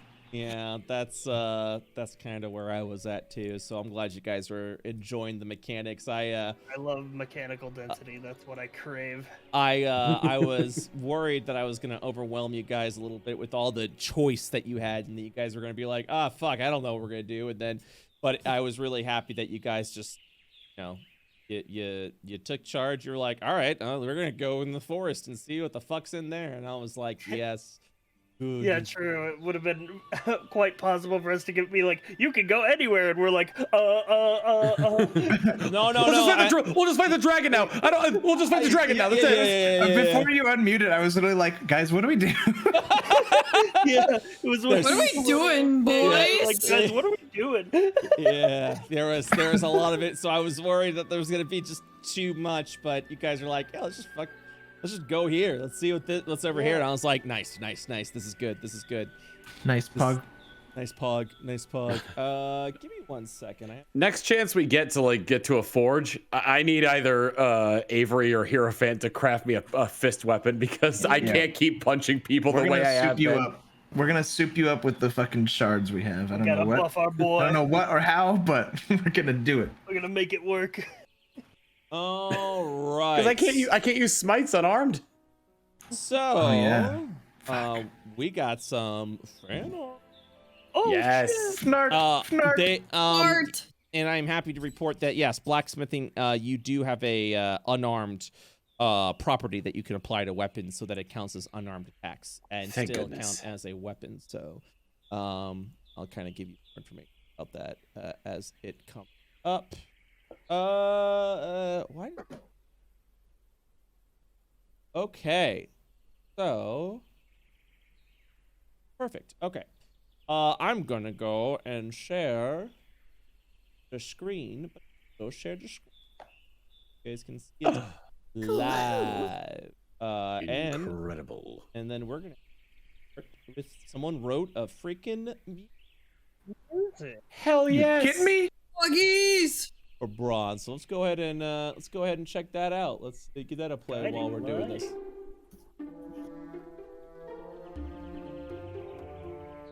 We're just gonna play that in the background while we're It's the Amen theme. over here. Yeah, this is from. This theme was written by. It's called Guiding Light from Rabbi King. Yeah. So thank you very much. That's awesome. So we got this boy over here, this tired boy. He's so tired. The music notes because of the Flump song. Look at the little tentacles. Robo hubby? Question mark? That's it. Oh my. What's a hubby? Hubby. I don't. Well, the hubby is typically like husband, so that's like that's why I have questions about that. Sounds like animal husbandry that we were doing. Oh yeah, that's right. That makes sense. Oh, dude, look at that. Oh. Hold on. I'm just turning that down a little bit. Yeah. Yeah. Check out this out. Oh, this is good. Oh my god. Big protect. He really looks like just Radiant Leask in that too. Just like Leask's younger brother that's like, I love the light. Hey boss, it's me. Oh my god. My bad. Baby. Oh, I like that style. That's really good. My son. Yeah. My uncle. I believe this is all from Dyer, who is a resident I like that. artist. That guy grapples bad. Oh. My mom. Holy shit. That shading on the metallic pieces. Holy Hannah. Yeah, good job. That's good. My weird uncle. Always your weird uncle. You have too many weird uncles. Yeah. My backpack. The flump is in the shape of a cowboy hat. My mom / I love backpack. that. Yeehaw. Oh shit. By Mango Juice. That's really cool. 1010100. I wonder if that Binary. binary actually translates to something. Oh my god. 100. Never gonna give you up. Yeah, we'll see. That's good too. I love Oh, he's so tired. He's withering. He's They did the withering. nun prayer thing. I love it. He looks so dead. This drool. I love the drool. prediction for the Bronn campaign, and who is betraying me? And it hasn't Wait, that happened looks yet. sick. Yeah, it hasn't happened Next yet. session, preemptive. I like how Avery's just sleeping there while Abby is working the fishing pole. That's honestly how it would work. Is he's like, I'm gonna take a nap, you fish. I love the sleeping bag cloak. Like you're just like at one time. Like Aizawa from My Hero. So I'm also gonna label this as 6 p.m. Because it is gonna be evening the next time you guys return into. What is the next thing that you guys want built in Haven? Forge. Temple. We wanted the expansion, the smithy, right? Forge 1, Temple 2. Okay, Forge so 1, then the big temple. all right. So next session you'll be expanding upon the forge. Maybe build a little bit more housing for the people around. Yeah. All right. Sounds good. I shall keep that update. That wraps up today's session. Thank you guys so much for playing, and we'll continue this next week. Question for you, Brett. Is there Yes. any way I can access that fan art so I can save it? Because I really liked some of those pieces. Yeah. Well, I mean, we have a fan art channel over at World of IO if you want to go. I thought you were already in. Oh, you're already there. I'm in there. Yeah. Yeah, What channel is it? So it's called. It's near the top. Yeah, it's I'll the fan ping art you in it, channel. Monty. Yeah, it's I'll ping fan you art. there. Yeah, it's fan art, and there's an art category, and you'll see fan art all the way at the top of that category. So, and you just got pinged. Fan art. Full of Wrong Monty. Oh no. Oh Why no. are there so many Montys? Oh no. Oh no. Oh no. They saw the ping. They saw the ping. Oh, that's embarrassing. So yeah, I had There you go. I found it. Thank you. Yeah. Yeah, thank you guys so much. We'll continue this next week, okay? Sounds good. Thanks for the All game. right. Bye, guys. Catch you later, Brett. Oh, that was hot. You guys have fun today? Good session. I was so nervous because once I realized all the things that they could do, I was like, oh my God, this is going to be so overwhelming. And I have to remember that. Like, either talk about it in session 0, have it all squared away. But yeah, I was really glad it all worked out. And like I said, the moment Lawlman was just like, let's go check out the forest, I was like, I got shit in the forest. And if they went on the path, I was like, I got shit on the path. I got all this shit everywhere. And it's really cool just seeing it all come together in the style that I want to DM phase 3 campaigns, where the story itself is written by the players. So I'm really happy it's all working out. And we just need to continue to polish it, continue to enhance, and don't get lazy. Keep moving forward. So thank you guys so much for watching. Thanks to everyone that's here. We have an IO Discord. Head on over there if you'd like to join that community. Like, check out all the fan art that's been done. We've got D&D LFG. We've got a great welcoming community, so come on over. We also have a spoilers channel if you want to go ahead and start talking spoilers, asking world questions, etc., etc. We have a Patreon. Head on over to our Patreon, patreon.com/worldofio. Get access to MP3s.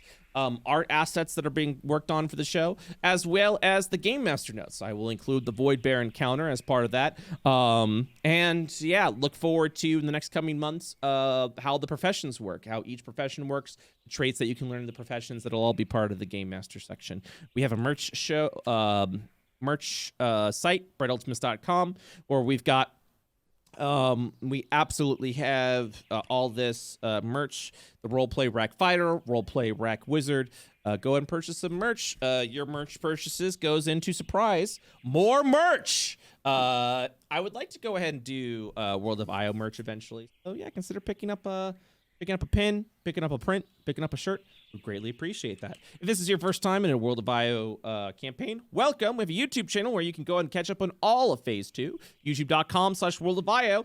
We've got a master playlist if you would like to be big and strong and go through every single session in release order. Feel free to do that. Or you can go ahead and focus on one campaign at a time. Ultimately up to you. Heading over to the IO Discord will give you a good introduction of where to start, depending on what stories you would like to see. That's it. Yeah, we're wrapped up for now. Thank you guys so much for watching. Thank you so much for hanging out. You guys are the best. I will be back tomorrow. Goblins of Io, aka the Oswin fight, will be tomorrow. Big freaking boss battle. It's a fallen hero fight. We got some special guests. Joe Fudge is coming. Masaya Nella is going to be there. Joe Fudge is actually going to be bringing back your old pal Al. So you might want to go ahead and hang out because the Return of Val is happening tomorrow with the Oswin fight. Masay is gonna, of course, be bringing in Kyron. I need to find an 8th person. I don't know who that 8th person is gonna be yet. It looks like Jesse's gonna be sitting out. Jesse's gonna be sitting out for this one. He's got a work thing. Mr. Jesse Cox will not be there. So I'm going to be finding an 8th person that can participate in the battle. I'm going to be asking around, seeing who might be interested. So you will find out more tomorrow. All right, guys. Thank you again for watching. You guys are the best. I'll see you all tomorrow, 8 p.m. EST. Probably a little earlier as I start and get everything set up. Okay. Bye-bye.